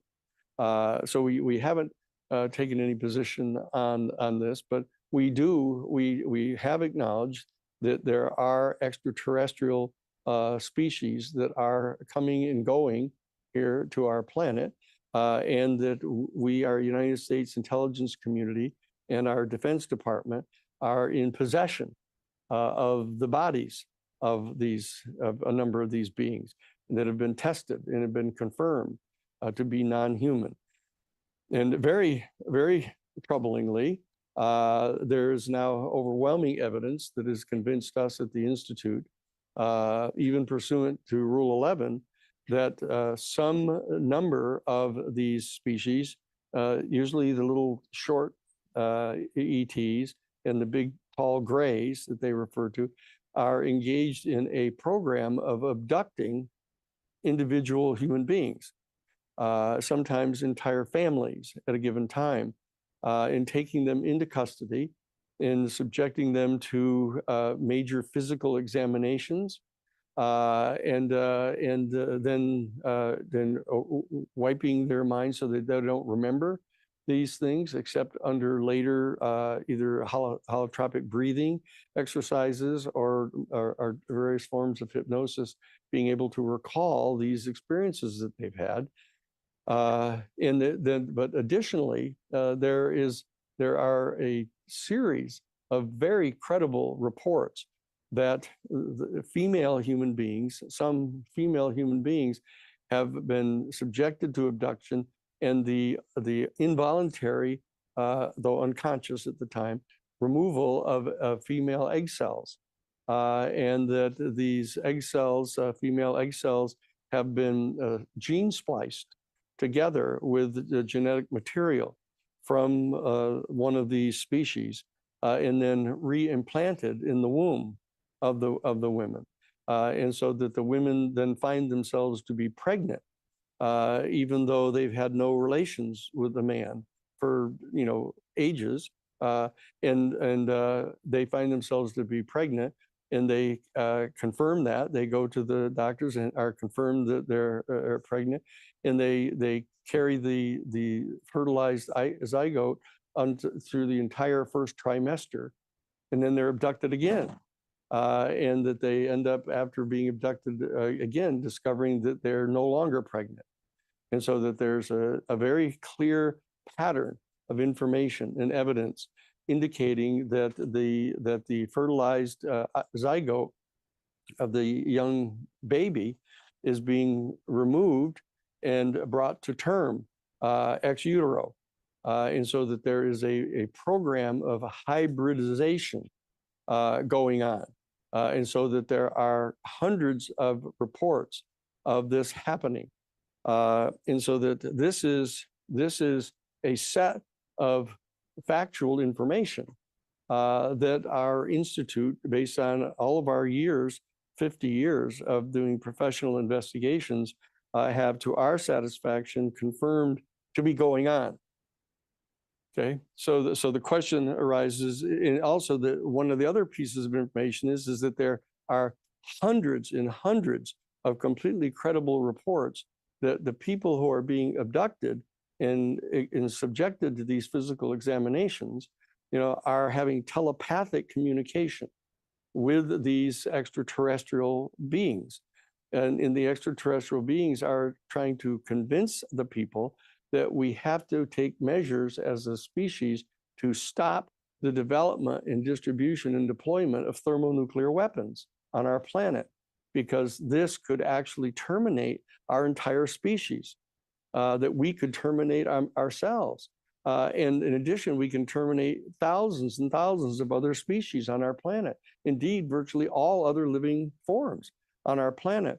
And we could so contaminate the gene pool of the tiny minority of living things that survive a total thermonuclear exchange, that the genetic material would be so mutated that it would be useless in trying to regenerate a new life form on our planet.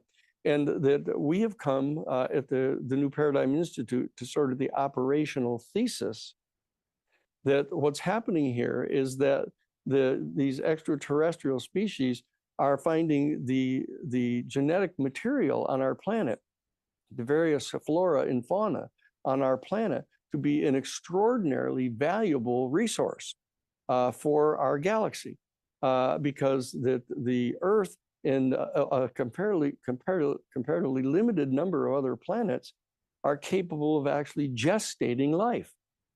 That out of the hundreds of billions, indeed trillions of planets now that we are aware of now in our galaxy alone, that it's a comparatively rare thing to find a planet that is gestating life.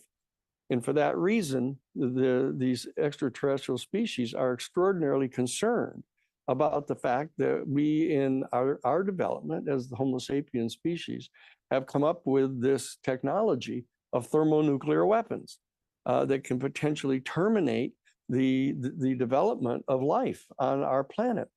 And so that this message has been repeated over and over and over again.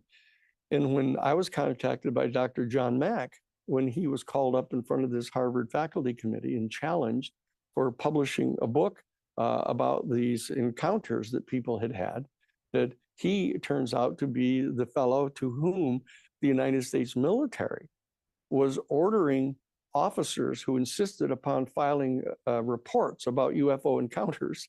The first thing that would happen is they'd be ordered to go get a psychiatric exam, which was a way of deterring any of the officers from filing these official reports.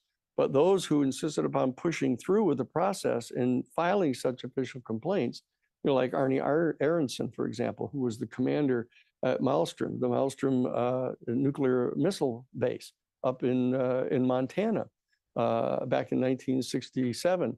You know, when a UFO came over the Minuteman site and shut down all 10 of the individually wired Minuteman missiles, nuclear tipped missiles, and shut them all off. And Arnie Arnoldson insisted upon filing a report to NORAD about this and was ordered to get a psychiatric exam. And it turns out that they would send these people, some of them, to Harvard Medical School in Boston to have a psychiatric exam. And John Mack was the chairman of the Department of Clinical Psychiatry at Harvard Medical School. And so these people would come to him, and he would put them through the entire battery of tests on their psychological stability. And he said that, you know, after one after another, he found them to be within the normal parameters of psychological normalcy, yet they were all insisting upon these stories about the encounters that they had seen. And so John ended up deciding that, he said, this is either true that it's happening to them, or this is some really strange new psychological ailment that people have. And so he wrote an article that he submitted to the New England Journal of Medicine, the #1 peer-reviewed medical journal in the country. Now, he had written dozens of articles for peer-reviewed articles, and in fact was the winner of the Pulitzer Prize. That he won the Pulitzer Prize for publishing the definitive psychobiography of T.E. Lawrence of Arabia. And so he submitted this to them, and they sent it back to him and saying they weren't going to publish it.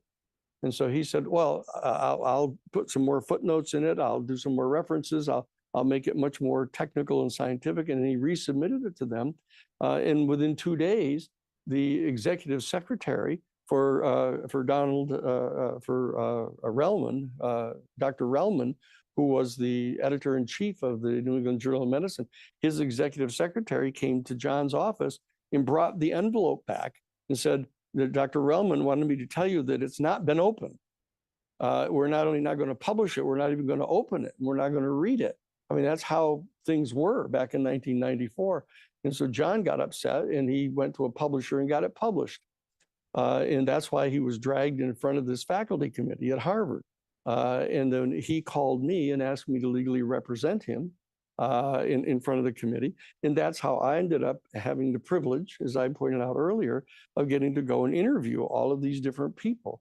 And I became legal counsel for a thing he put together called the Project for Extraordinary Experience Research.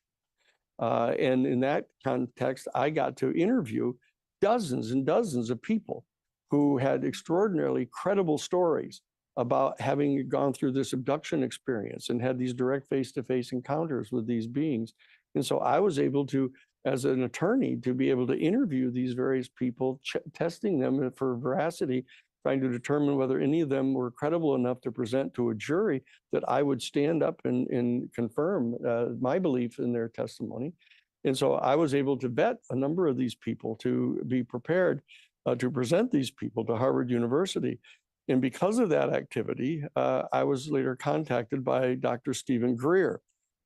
And Dr. Greer put together a thing called the Disclosure Project, and he interviewed literally hundreds of people who had claimed to have had this kind of experience.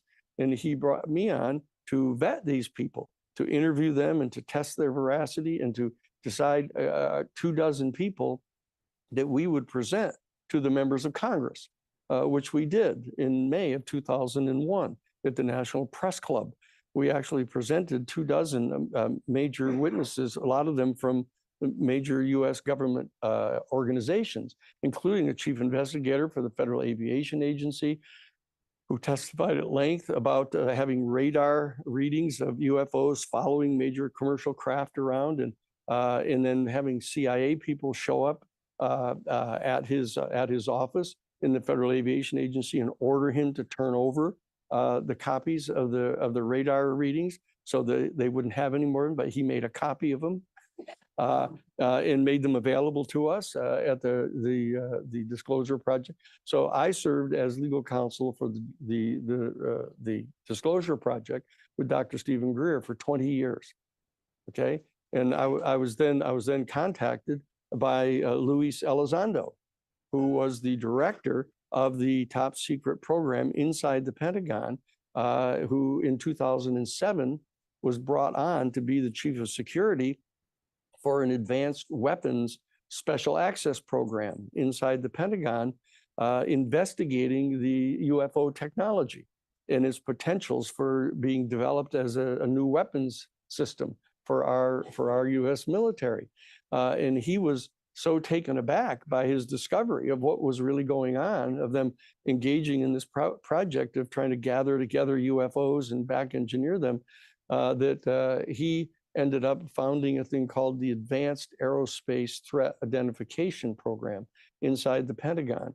And he ended up feeling compelled, along with the Deputy Assistant Secretary of Defense for Intelligence, Christopher Mellon, to come forward to the New York Times and provide the famous videos now, the so-called Tic Tac videos that you probably have seen. These are our F-18 Super Hornet gun camera videos of UFOs, right, up close, and you can see them functioning, and brought them to the New York Times. And I was struck by the fact that the New York Times Board of Editors checked these things out and made the decision to publish these things. And so that particular set of events on December 17th of 2017 actually began this kind of latest period of looking into the UFO phenomena. It's kind of ebbed and flowed down over the decades since the events that took place at Roswell, basically in July of 1947. You had a number of sightings in 1954. You had all kinds of rumors going around in 1954 that President Eisenhower had disappeared for like a 12-hour period on a trip into the Midwest, and had actually gone to a military base and had a direct face-to-face encounter with representatives of a UFO. And these other things had happened down through the years, but there had been a successful suppression of any official confirmation of this reality until 2017, on December 17th, when Lou Elizondo, the head of the top secret program, and Chris Mellon, the Assistant Secretary of Defense for Intelligence, came forward and publicly revealed the existence of this secret program. And that's the snowball that's been rolling here now, that you've been hearing more and more about. And David Grush came before the House Oversight Committee in July of 2023 and testified under oath that we were in possession of one or more extraterrestrial, non-human origin spacecraft, and that we were in possession of bodies of the pilots and occupants of these craft that had been demonstrated and proven to be non-human. And he testified in under oath in front of Congress. And very importantly, we realized that he had been authorized by the Defense Department to admit that. And so this was an extraordinarily important step here that's been taken, that the United States Defense Department Office of Pre-Publication Security Review had actually authorized him to testify publicly, to reveal to the world that we were in possession of non-human origin extraterrestrial spacecraft and bodies of the occupants that were non-human.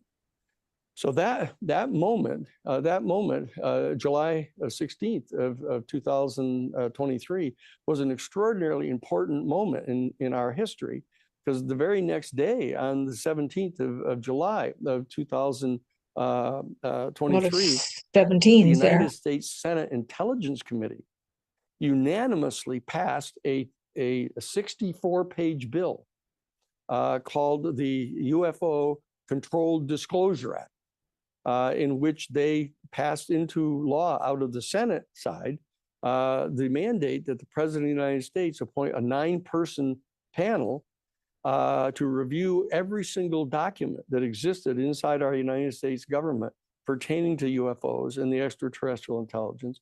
And that bill ordered all 6 of our United States military services, all 18 of our United States intelligence agencies, and all 32 of our United States Defense Department agencies, and all of the private aerospace corporations that may have been put into possession of any of these materials to try to examine them on behalf of the United States government. They were ordered to gather all of that information together and turn it over to the United States National Archives. Now that was an extraordinarily important moment that happened in 2023, and it went over to the House side, and it turns out that the person who was the chairman of the House Intelligence Committee, a fellow named Michael Turner, from the 10th Congressional District in Ohio, which turned out to be the home base for the Wright-Patterson Air Force Base, which is where the craft was taken from Roswell and put there. And that's where it was one of the centers from which they've been trying to back engineer this stuff. And so he ended up being sent basically by the Aerospace Corporation to keep this secret. And he stuck his thumb in this thing to stop the bill from getting passed. But we passed 23 pages of it, of the 64, and we got an order commanding all of those agencies to gather together all the information about UFOs and the ET experience, everything that they've ever come into possession of since January 1st of 1945. And so that's the present state of the law. That was passed. That 23 pages of the 64-page bill have been passed, and they are now under orders to gather all of this together and stand by to turn it over to the National Archives as of October of this year. Okay? So the reason that I wanted to come and talk with you tonight, and to the other folks that are listening here, is to know that that's happening right now. That these military services and intelligence agencies and Defense Department agencies are under active orders from the United States Congress at the present moment to turn over this information to the National Archives this coming October. Okay, and so that you ought to mark that in your calendar because they're going to fight back and resist this. And what we have to do is we have to mobilize our people around the country to write to their individual members of the House of Representatives and write to their United States senators and demand that they do this. And very importantly, the Senate has now agreed, Michael Rounds, the Republican senator from South Dakota, and Chuck Schumer, the former majority leader of the United States Senate from New York, they have agreed to co-sponsor and repass the 64-page bill, which in addition to those other things that has now already been accomplished, is to mandate that the president appoint this 9-person board and that the board review all of that documentation and everything that we have in our possession, and that they publicly release everything that's 25 years old or more, which means all the way back to Roswell, back in 1947, go all the way back to the most famous instance, Betty and Barney Hill, in 1961. All of these major events that have taken place in the past, that the United States Senate, now led by the Republican Party, are going to insist that that be done. Okay, so that all of these dynamics are going on right now, and that we wanted to come out and share with you the fact that this process is actually underway right now, and that most people don't know anything about it. A handful of us even here have been following some of it, and you're familiar with some of it, but the House Oversight Committee has now officially set up a task force of 11 members of the Oversight Committee in the House of Representatives to constitute a task force on the declassification of all of the secret information about UFOs. Okay, and that task force is headed up by Congressman or Congresswoman Luna from Florida, and they're in the process of preparing to have a public hearing in the near future all about this. And so the question that we wanted to raise here is, what is the reason why they're fighting back so hard? Why are they concealing this information? And what are we going to do to get them to reveal it? And what are the implications going to be when this information is revealed? And that's what I wanted to talk about here in sort of the first portion of our gathering here this evening, and then I can answer a lot of questions about it. But the bottom line is that what I want to do here is I want to talk about what the implications are going to be, because if in fact this information that I've just outlined in general about the reality that we at the New Paradigm Institute are willing to confirm, and that we're going to be sharing the information with people all around the country in all 435 congressional districts. Our New Paradigm Institute has a project that is called Citizens for Disclosure. We're going to be asking you this evening to sign up, and all the people that are listening in the live streaming and the Zooms that are listening to go to this little dealie, whatever the QR code they call them now, and you can sign up. It'll take you right straight to the website of the New Paradigm Institute, and you can sign up to become a member of Citizens for Disclosure. And it will put you in touch with the other people that are in your congressional district who have signed up to be Citizens for Disclosure. There'll be people that are kind of the coordinators for each congressional district to help get everybody to communicate with each other. And we'll be sending you information, every week, a packet of information about updating you on where the developments are and answering questions that people have about the substance of what is the evidence to support each of these major postulates that we've set forth. Okay, so this will prepare you to engage with your other fellow members in your congressional district. And also we will assist you in preparing letters to send to your individual congressperson or senators, and it'll be crafted for your own particular district, because there are people here more than just up here in Marin County, or even in California. There'll be people all across the country that'll be listening to this tonight. And we want them, for example, the new head of the Intelligence Committee in the House of Representatives, Dan Crenshaw, is from the 2nd District in Texas, the 2nd Congressional District, just outside of the northern suburb. Hey, everybody. I'm going to come on in because that's kind of the conclusion of this part. And Alan Steinfeld is here, along with her talks. So we're going to go to them in a moment. But I do want to encourage everybody to go to the newparadigminstitute.org, newparadigminstitute.org, and donate. I'd really appreciate if you can do that. And also definitely join what he was just talking about, the Citizens for Disclosure movement. We can get all the information. Definitely get on their mailing list. Danny sends out a newsletter about every 1 or 2 times a week. And they're always filled with like the latest breakthroughs, the latest information. But the other place to always get the latest information is Mr. Making Contact himself. There he is, Alan Steinfeld with JJ and Desiree Hertog. Live from Contact in the Desert here in where are we? And outside of Palm Springs, basically. Indian Hills. Indian Wells. Yes, Indian Wells, and it's going to be an amazing weekend. I'll try to report into you, Scott, and line some people up. We are ready to add remote viewing and making contact to this whole weekend. I would say fanfare. How's that? But getting back, I just want to comment on what Danny said. Yes, there's progress being made in Congress. More of the congressional leaders saying, "What? Wait, something's really going on," and Luna is on top of it. But it's really a citizens movement. That's why I love this gathering here in the desert every year for the last, I guess, 11 years. This is where the community comes together. This is where we network. This is where we build a citizen movement, where I think Garrison is really focused on. What do you have to say? This is a People's Congress.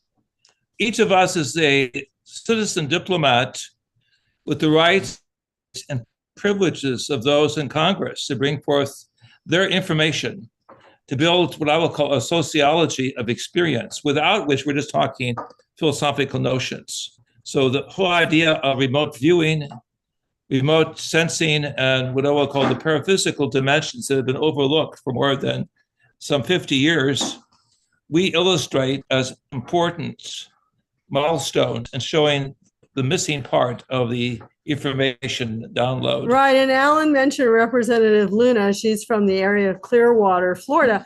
And if you listen to her November 13, 2024, House of Representatives hearing her questions, Alan was right there, but she asked questions like, where's the hot spots of UFOs taking place off of the US? And then she also asked, are they multidimensional? Yeah. Is there something regarding like connecting the mind? But the most important thing that she mentioned is this, the spiritual experience of anything to do with the entities that seem to disappear or become invisible in the conversation. So there's obviously an understanding of meta language. We will call this higher levels of consciousness / spiritual insight that need to be shared, which I think can open a middle ground of conversation.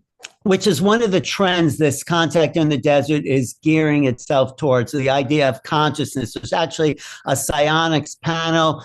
Diana Hennessy Powell is here, the woman behind the telepathy tapes, the genius behind the telepathy tapes. And I'm going to be lecturing on the quantum mind and non-human intelligence. So there's this gearing up towards this expansion of what we call consciousness. And of course, I just want to tell you my favorite line by John Mack. He says, UFOs are like an outreach program from the universe for the consciously impaired. And that's us here on this planet. We need to wake up to the multiplicity of what consciousness is so we could be on an even playing field with these beings. They are advancing their consciousness, but they're not greater than us. They've just had more access to it. They haven't been shut down in the ability to think great thoughts. So we are at a threshold of a consciousness awakening where we'll meet the others. Yes, and to Scott and all of who are attending the conference, we will show documentation that we are multidimensional beings. We are waking up in a vast and awesome universe with tremendous abilities and privileges that sharing information with positive thinking will build this greater sociology that we need as citizens of the future. Right. And what's also exciting, we're going to be doing a workshop with Alan on remote viewing because we've written books and he's written books. And, you wonder where remote viewing really comes in on this type of topic. But then you enter Lou Elizondo, who studied remote viewing and realized that this is the energy and the technology and the communication of extraterrestrials as well. Well, I'll tell you where it really comes in. Consciousness is not local, so it's not specific to humans. What we have access to is the infinite field. So basically, we are aliens here or beyond aliens. We're all working in the same medium of awareness, consciousness, the observer, the quantum mind, whatever you want to call it. We are equal to these beings. We are part of this great cosmos that gave birth to this consciousness that we all possess, no matter where you are. In fact, I always argue with Alan because Mullen Howe is now coming up with the idea that they recognize that we have a higher soul, in some cases higher than some of these alien intelligences.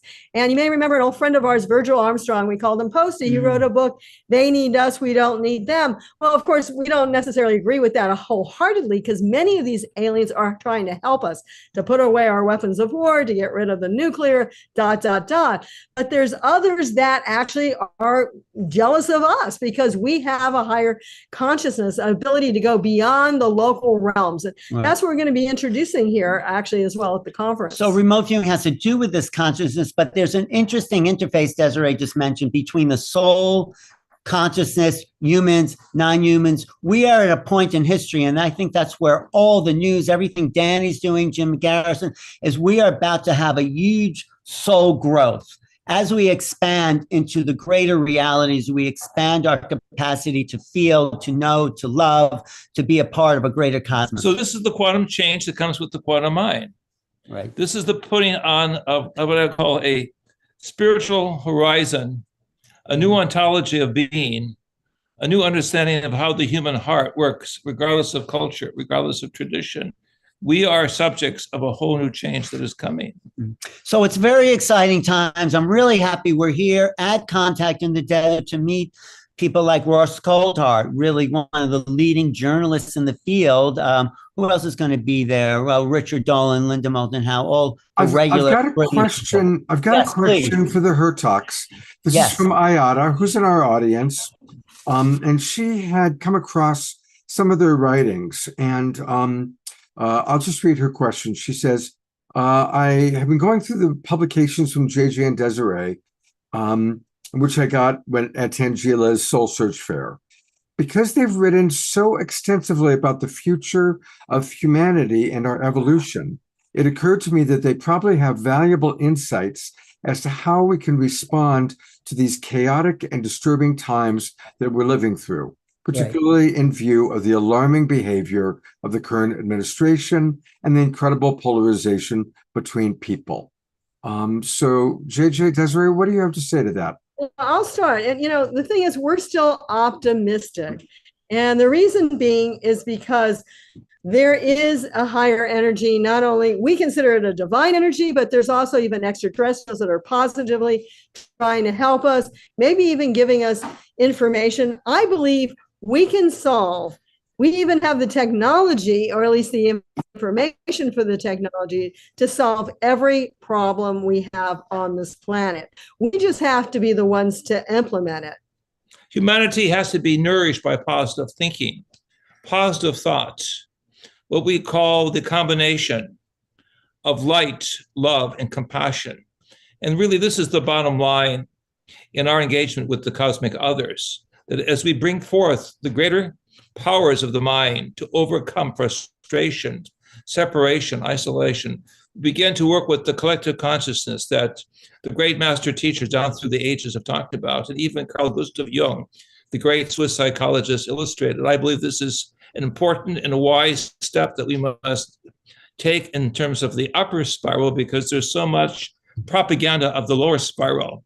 We have to make a decision, no matter what the situation is, to be positive at all times. Now, with that said, when I was driving here, I was looking at my cell phone, obviously, and there was an X-class flare that went out yesterday. And then there's been a few in the past week or so, as many people know. Now, what does that really mean? Well, we do feel that it is influencing, because that was part of that question. It is influencing the minds of people. Who are we really? This is what we're going to be talking about. We're consciousness beings first and foremost, but we're also influenced by magnetic fields and electric fields. And these magnetic fields are causing chaos to some people who are not aligned to a higher vibration. It's opening the cosmos. It's literally portal to ascension for some of us, but for others, it's just causing chaos. And I think that's why we're getting some of this chaos that the person was writing about. But we can get beyond that. Yes, the keys of Enoch states, and this is already 50 years ago, that our electromagnetic density will be changing with solar activity, and people who are negative will be brought into violence, and those who are positive will be brought into a Christ-like energy. So we must choose to go with the upper spiral rather than the downward spiral. Right, It would be not very to- difficult, but we have that fantastic ability to work together and to sublimate. Right. So not to get political, but whatever is happening, we have to look at as for us. This chaos, this breaking up of different organizations. Maybe there's a bigger plan. I'm not saying it's necessarily looks good or bad, but what if the universe is for us and it's manifesting this way so we can go to the next level? But I'll tell you what's really sad, Alan, and I was talking with some people last night about this.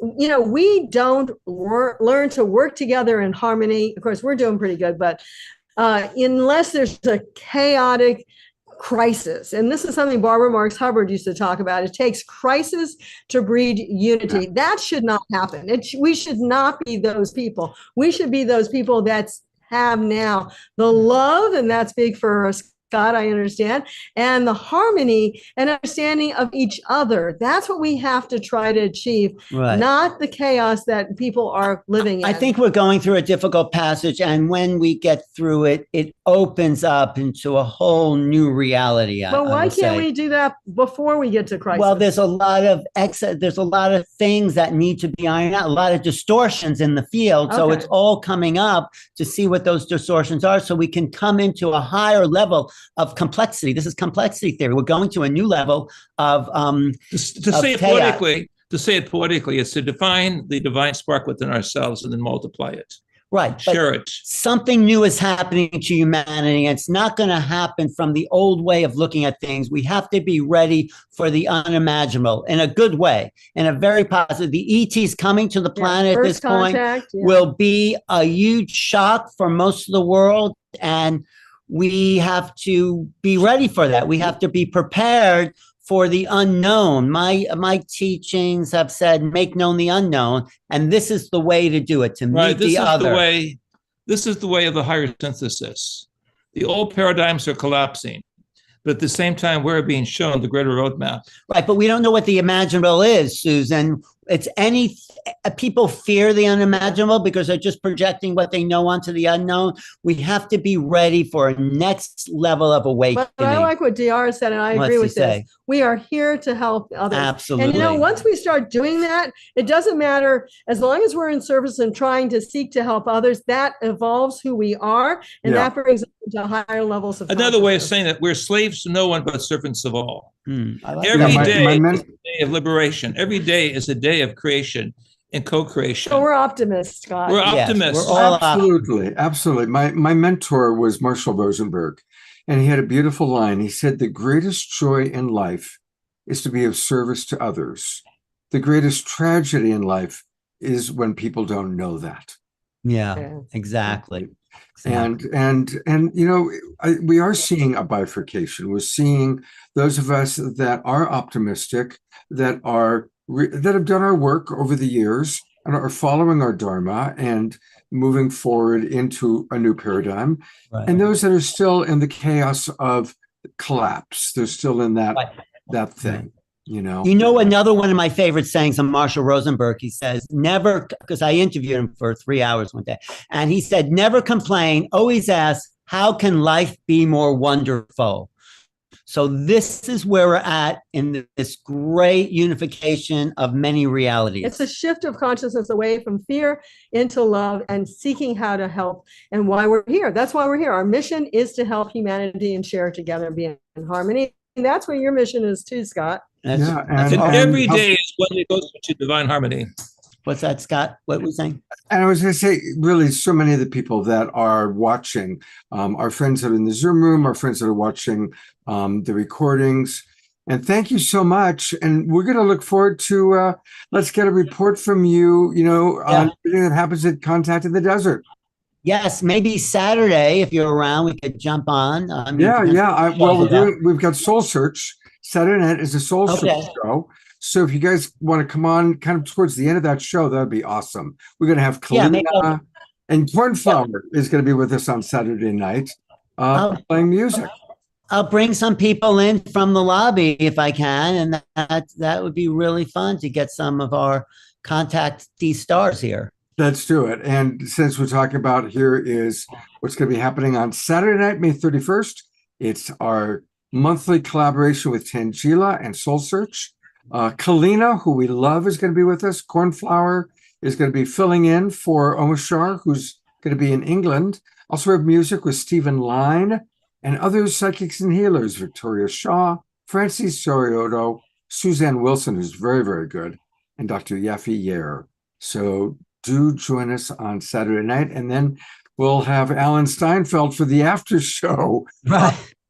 Kind of letting us know everything that's happened at Contact in the Desert. Well, if anyone's in Southern California, it's 2 hours from LA, 2 hours from San Are Diego. there still tickets available? There's still tickets And there's available. single Yes. day tickets, and Alan and us are doing our workshop on Saturday. We got a lot of stuff going on. Actually, I'm Saturday. talking about the quantum mind and non-human intelligence on Saturday at 12:30. Or Sunday. No, but then we're doing a lecture later on Saturday. Yeah, and we All have right, so for our Southern California friends, and we did promote this last week, but thank you. It's contactinthedesert.com. Contactinthedesert.com. And it is amazing all the people that are going to be there.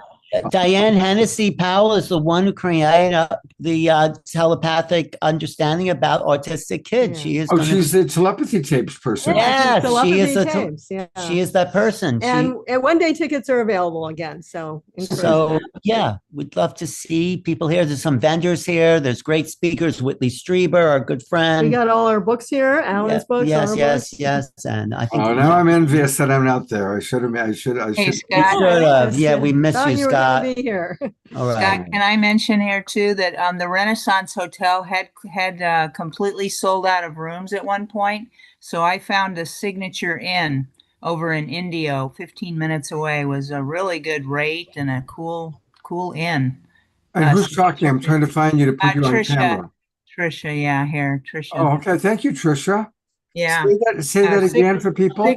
Well, the Signature Inn had some room available when the Renaissance was sold out about 3-4 weeks ago. Maybe some people let go of their rooms and the Renaissance opened up, but it is about $1,100 for a room at the Renaissance. That's one or two people. So something to think about. Yeah, there's plenty of other motels and hotels around for the local people that just have a car. And parking is easy once you get here.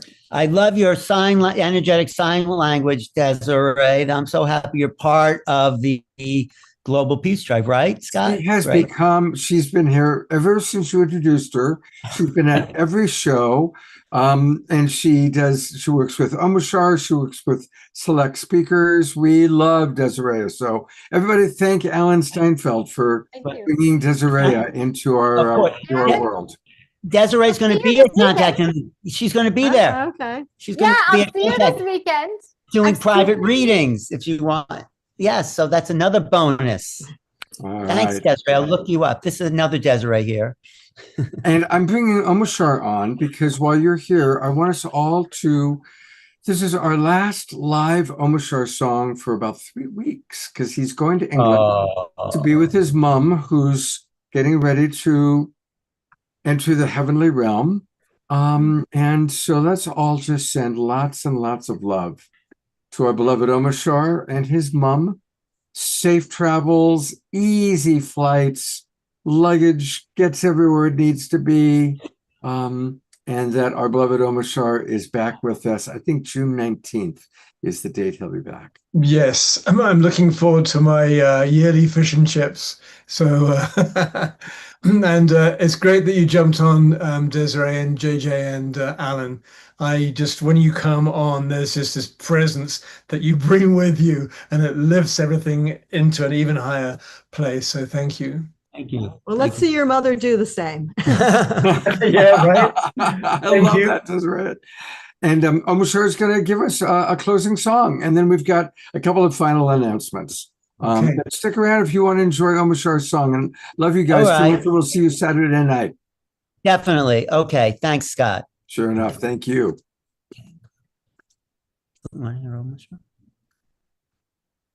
Can you turn on?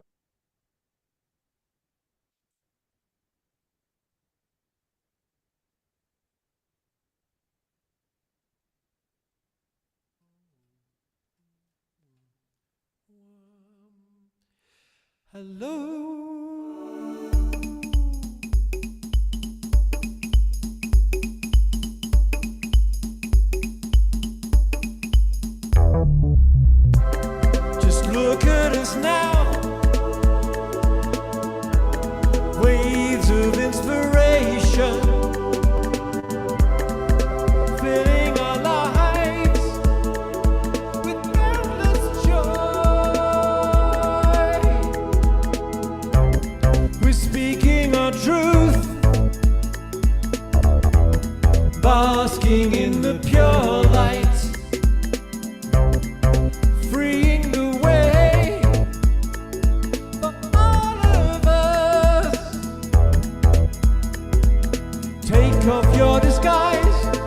Show your starry eyes, open up your heart, be with me.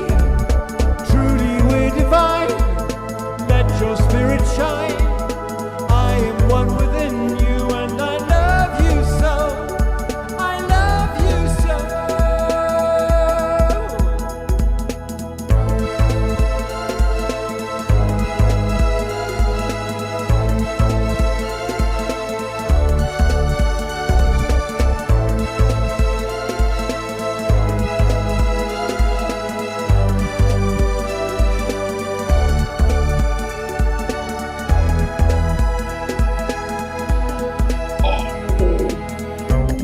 We're here on the new road, where air is so much clearer, creating a world of ecstasy. Surrounding us is true love, filling empty spaces. Rejoice in the word unity. Take off your disguise, show your starry eyes, open up your heart, be with me. Truly we're divine, let your spirit shine. I am one within you and I love you so. I love you so. Take off your disguise, show your starry eyes, open up your heart, dance with me. Truly we're divine, let your spirit shine. I am within you and I love you so. I love you so. Take off your disguise, show your starry eyes, open up your heart, be with me. Truly we're divine, let your spirit shine. I am one within you and I love you so. I love you so. La-la, dum-ba-da-dum-ba-da, dum-dum-dum-ba-dum-bum, dum-dum-dum-ba-da-da-da-da-da.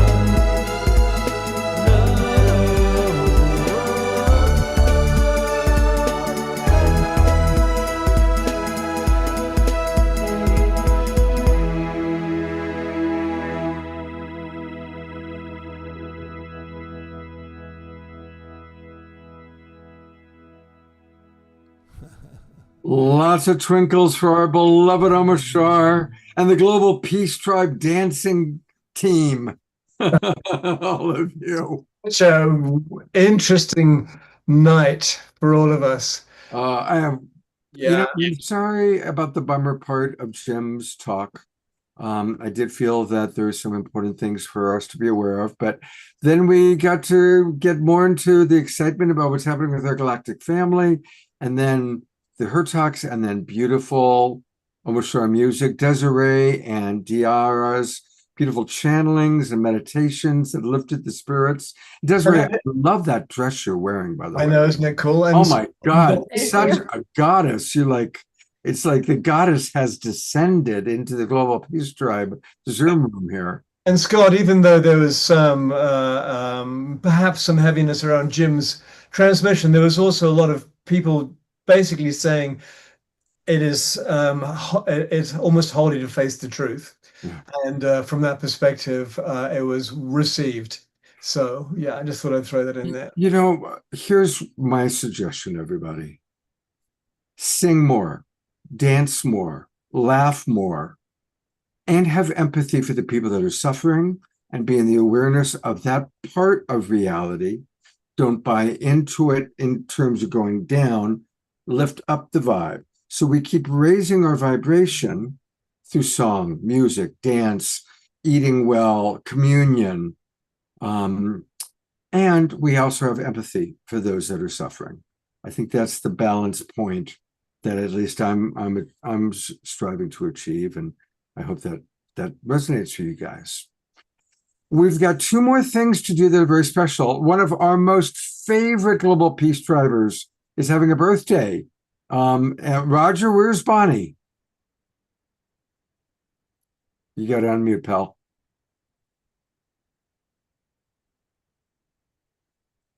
Not only do we have no Bonnie, There but we go. yeah. She is, well, let's just say she's not able to make it. Oh, okay. I hope she's okay. Yes. She is okay. She just has some cleanup to do in the bathroom. That's all I got to say. All right. Well, let her know that we wanted to wish her happy birthday, and if yeah, so wish her happy birthday. We'll try again on online Saturday here night. and through the ethers, and send good vibes. And something went through her stomach. That's all I got to say. All right. All right. Well, it's a birthday cleanse. She's having a birthday cleanse. That's right. Okay. And we also have the reawakened one. The human being formerly known as Andrew is now the reawakened Andrew, and he has a short transmission for us from the Elohim. And Andrew, a reawakened Andrew, you are on camera. Thank you very much. Can you tell me exactly how long I have so I can time myself? Can you keep it to 3 minutes? Okay, let me time myself, everyone, so the transmission will be exactly 3 minutes. Hold on. I'm going to bring on Desiree to add her beautiful.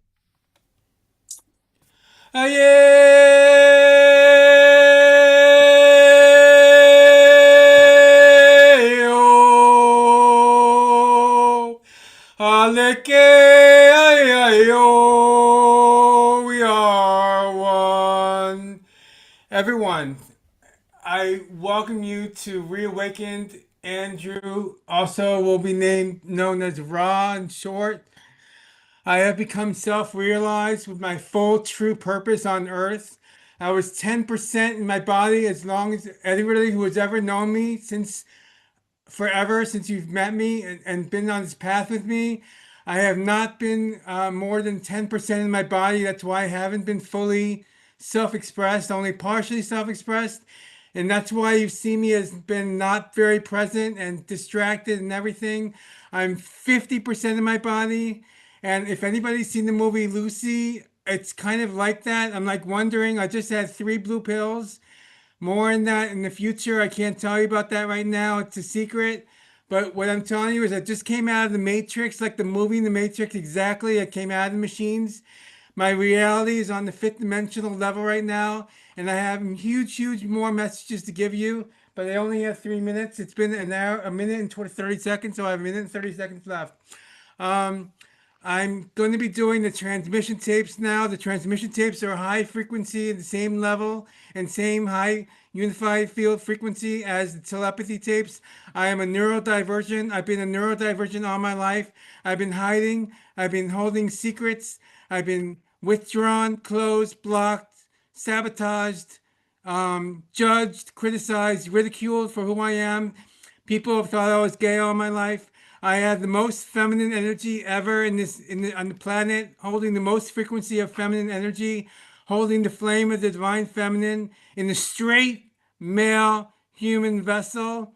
It's only a human vessel for a temporary time, as we all know. We are all one. I have 40 seconds left. Okay, great. I just wanted to let all of you know that I want to connect with all 29 of you. Please email me at reawakened@gmail.com if you do not know me and do not have my contact. And when you spell reawakened, everybody, it ends in NND, not NED. Okay, so it's reawakened@gmail.com. I also tell you to go to planetheart.org. That's my organization since 2007.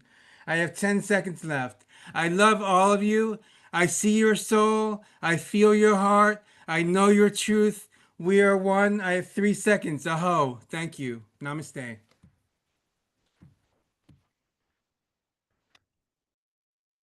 Welcome to the new you, and we're very grateful for your presence in our awakening world. Oh, just one more thing. This came from the Elohim, and directly from Barbara Marks Hubbard. And all of the transmissions I gave you today in chat, please, everyone who can on their computers, say the chat.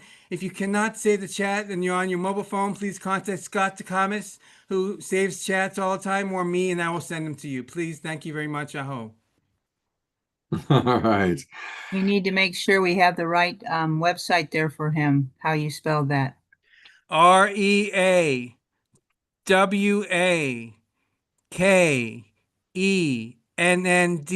reawakened at gmail.com. PlanetHeart.org is my website since 2007. Birthed Planet Heart in 2007 from God, Creator, all that is, the energy of love. Aho, thank you. Namaste. All right. Well, thank you, everybody. It's been kind of an interesting evening. Can you imagine what it was like for me at 5:55 when my internet went out? Thank God for Omashar once again saving the day. So I want to thank him. And Diara is going to be my co-pilot for the next few weeks. So Diara, you never know when you might have to run a show by yourself. So, things happen. And Desiree, thank you so much. Have a great time at Contact in the Desert. And we'll look forward to seeing all of you, hopefully on Saturday night. And safe travels, beloved Omashar. And we're still going to play some of your videos. We can't go 3 weeks without you. So I do have some of your videos. You have quite a few, and I have a couple of hours tomorrow morning. I'm thinking of recording a one song for a surprise guest appearance one of the days. That would be awesome. That'd be great. We could use that. Thank you. All right. Good night, everybody.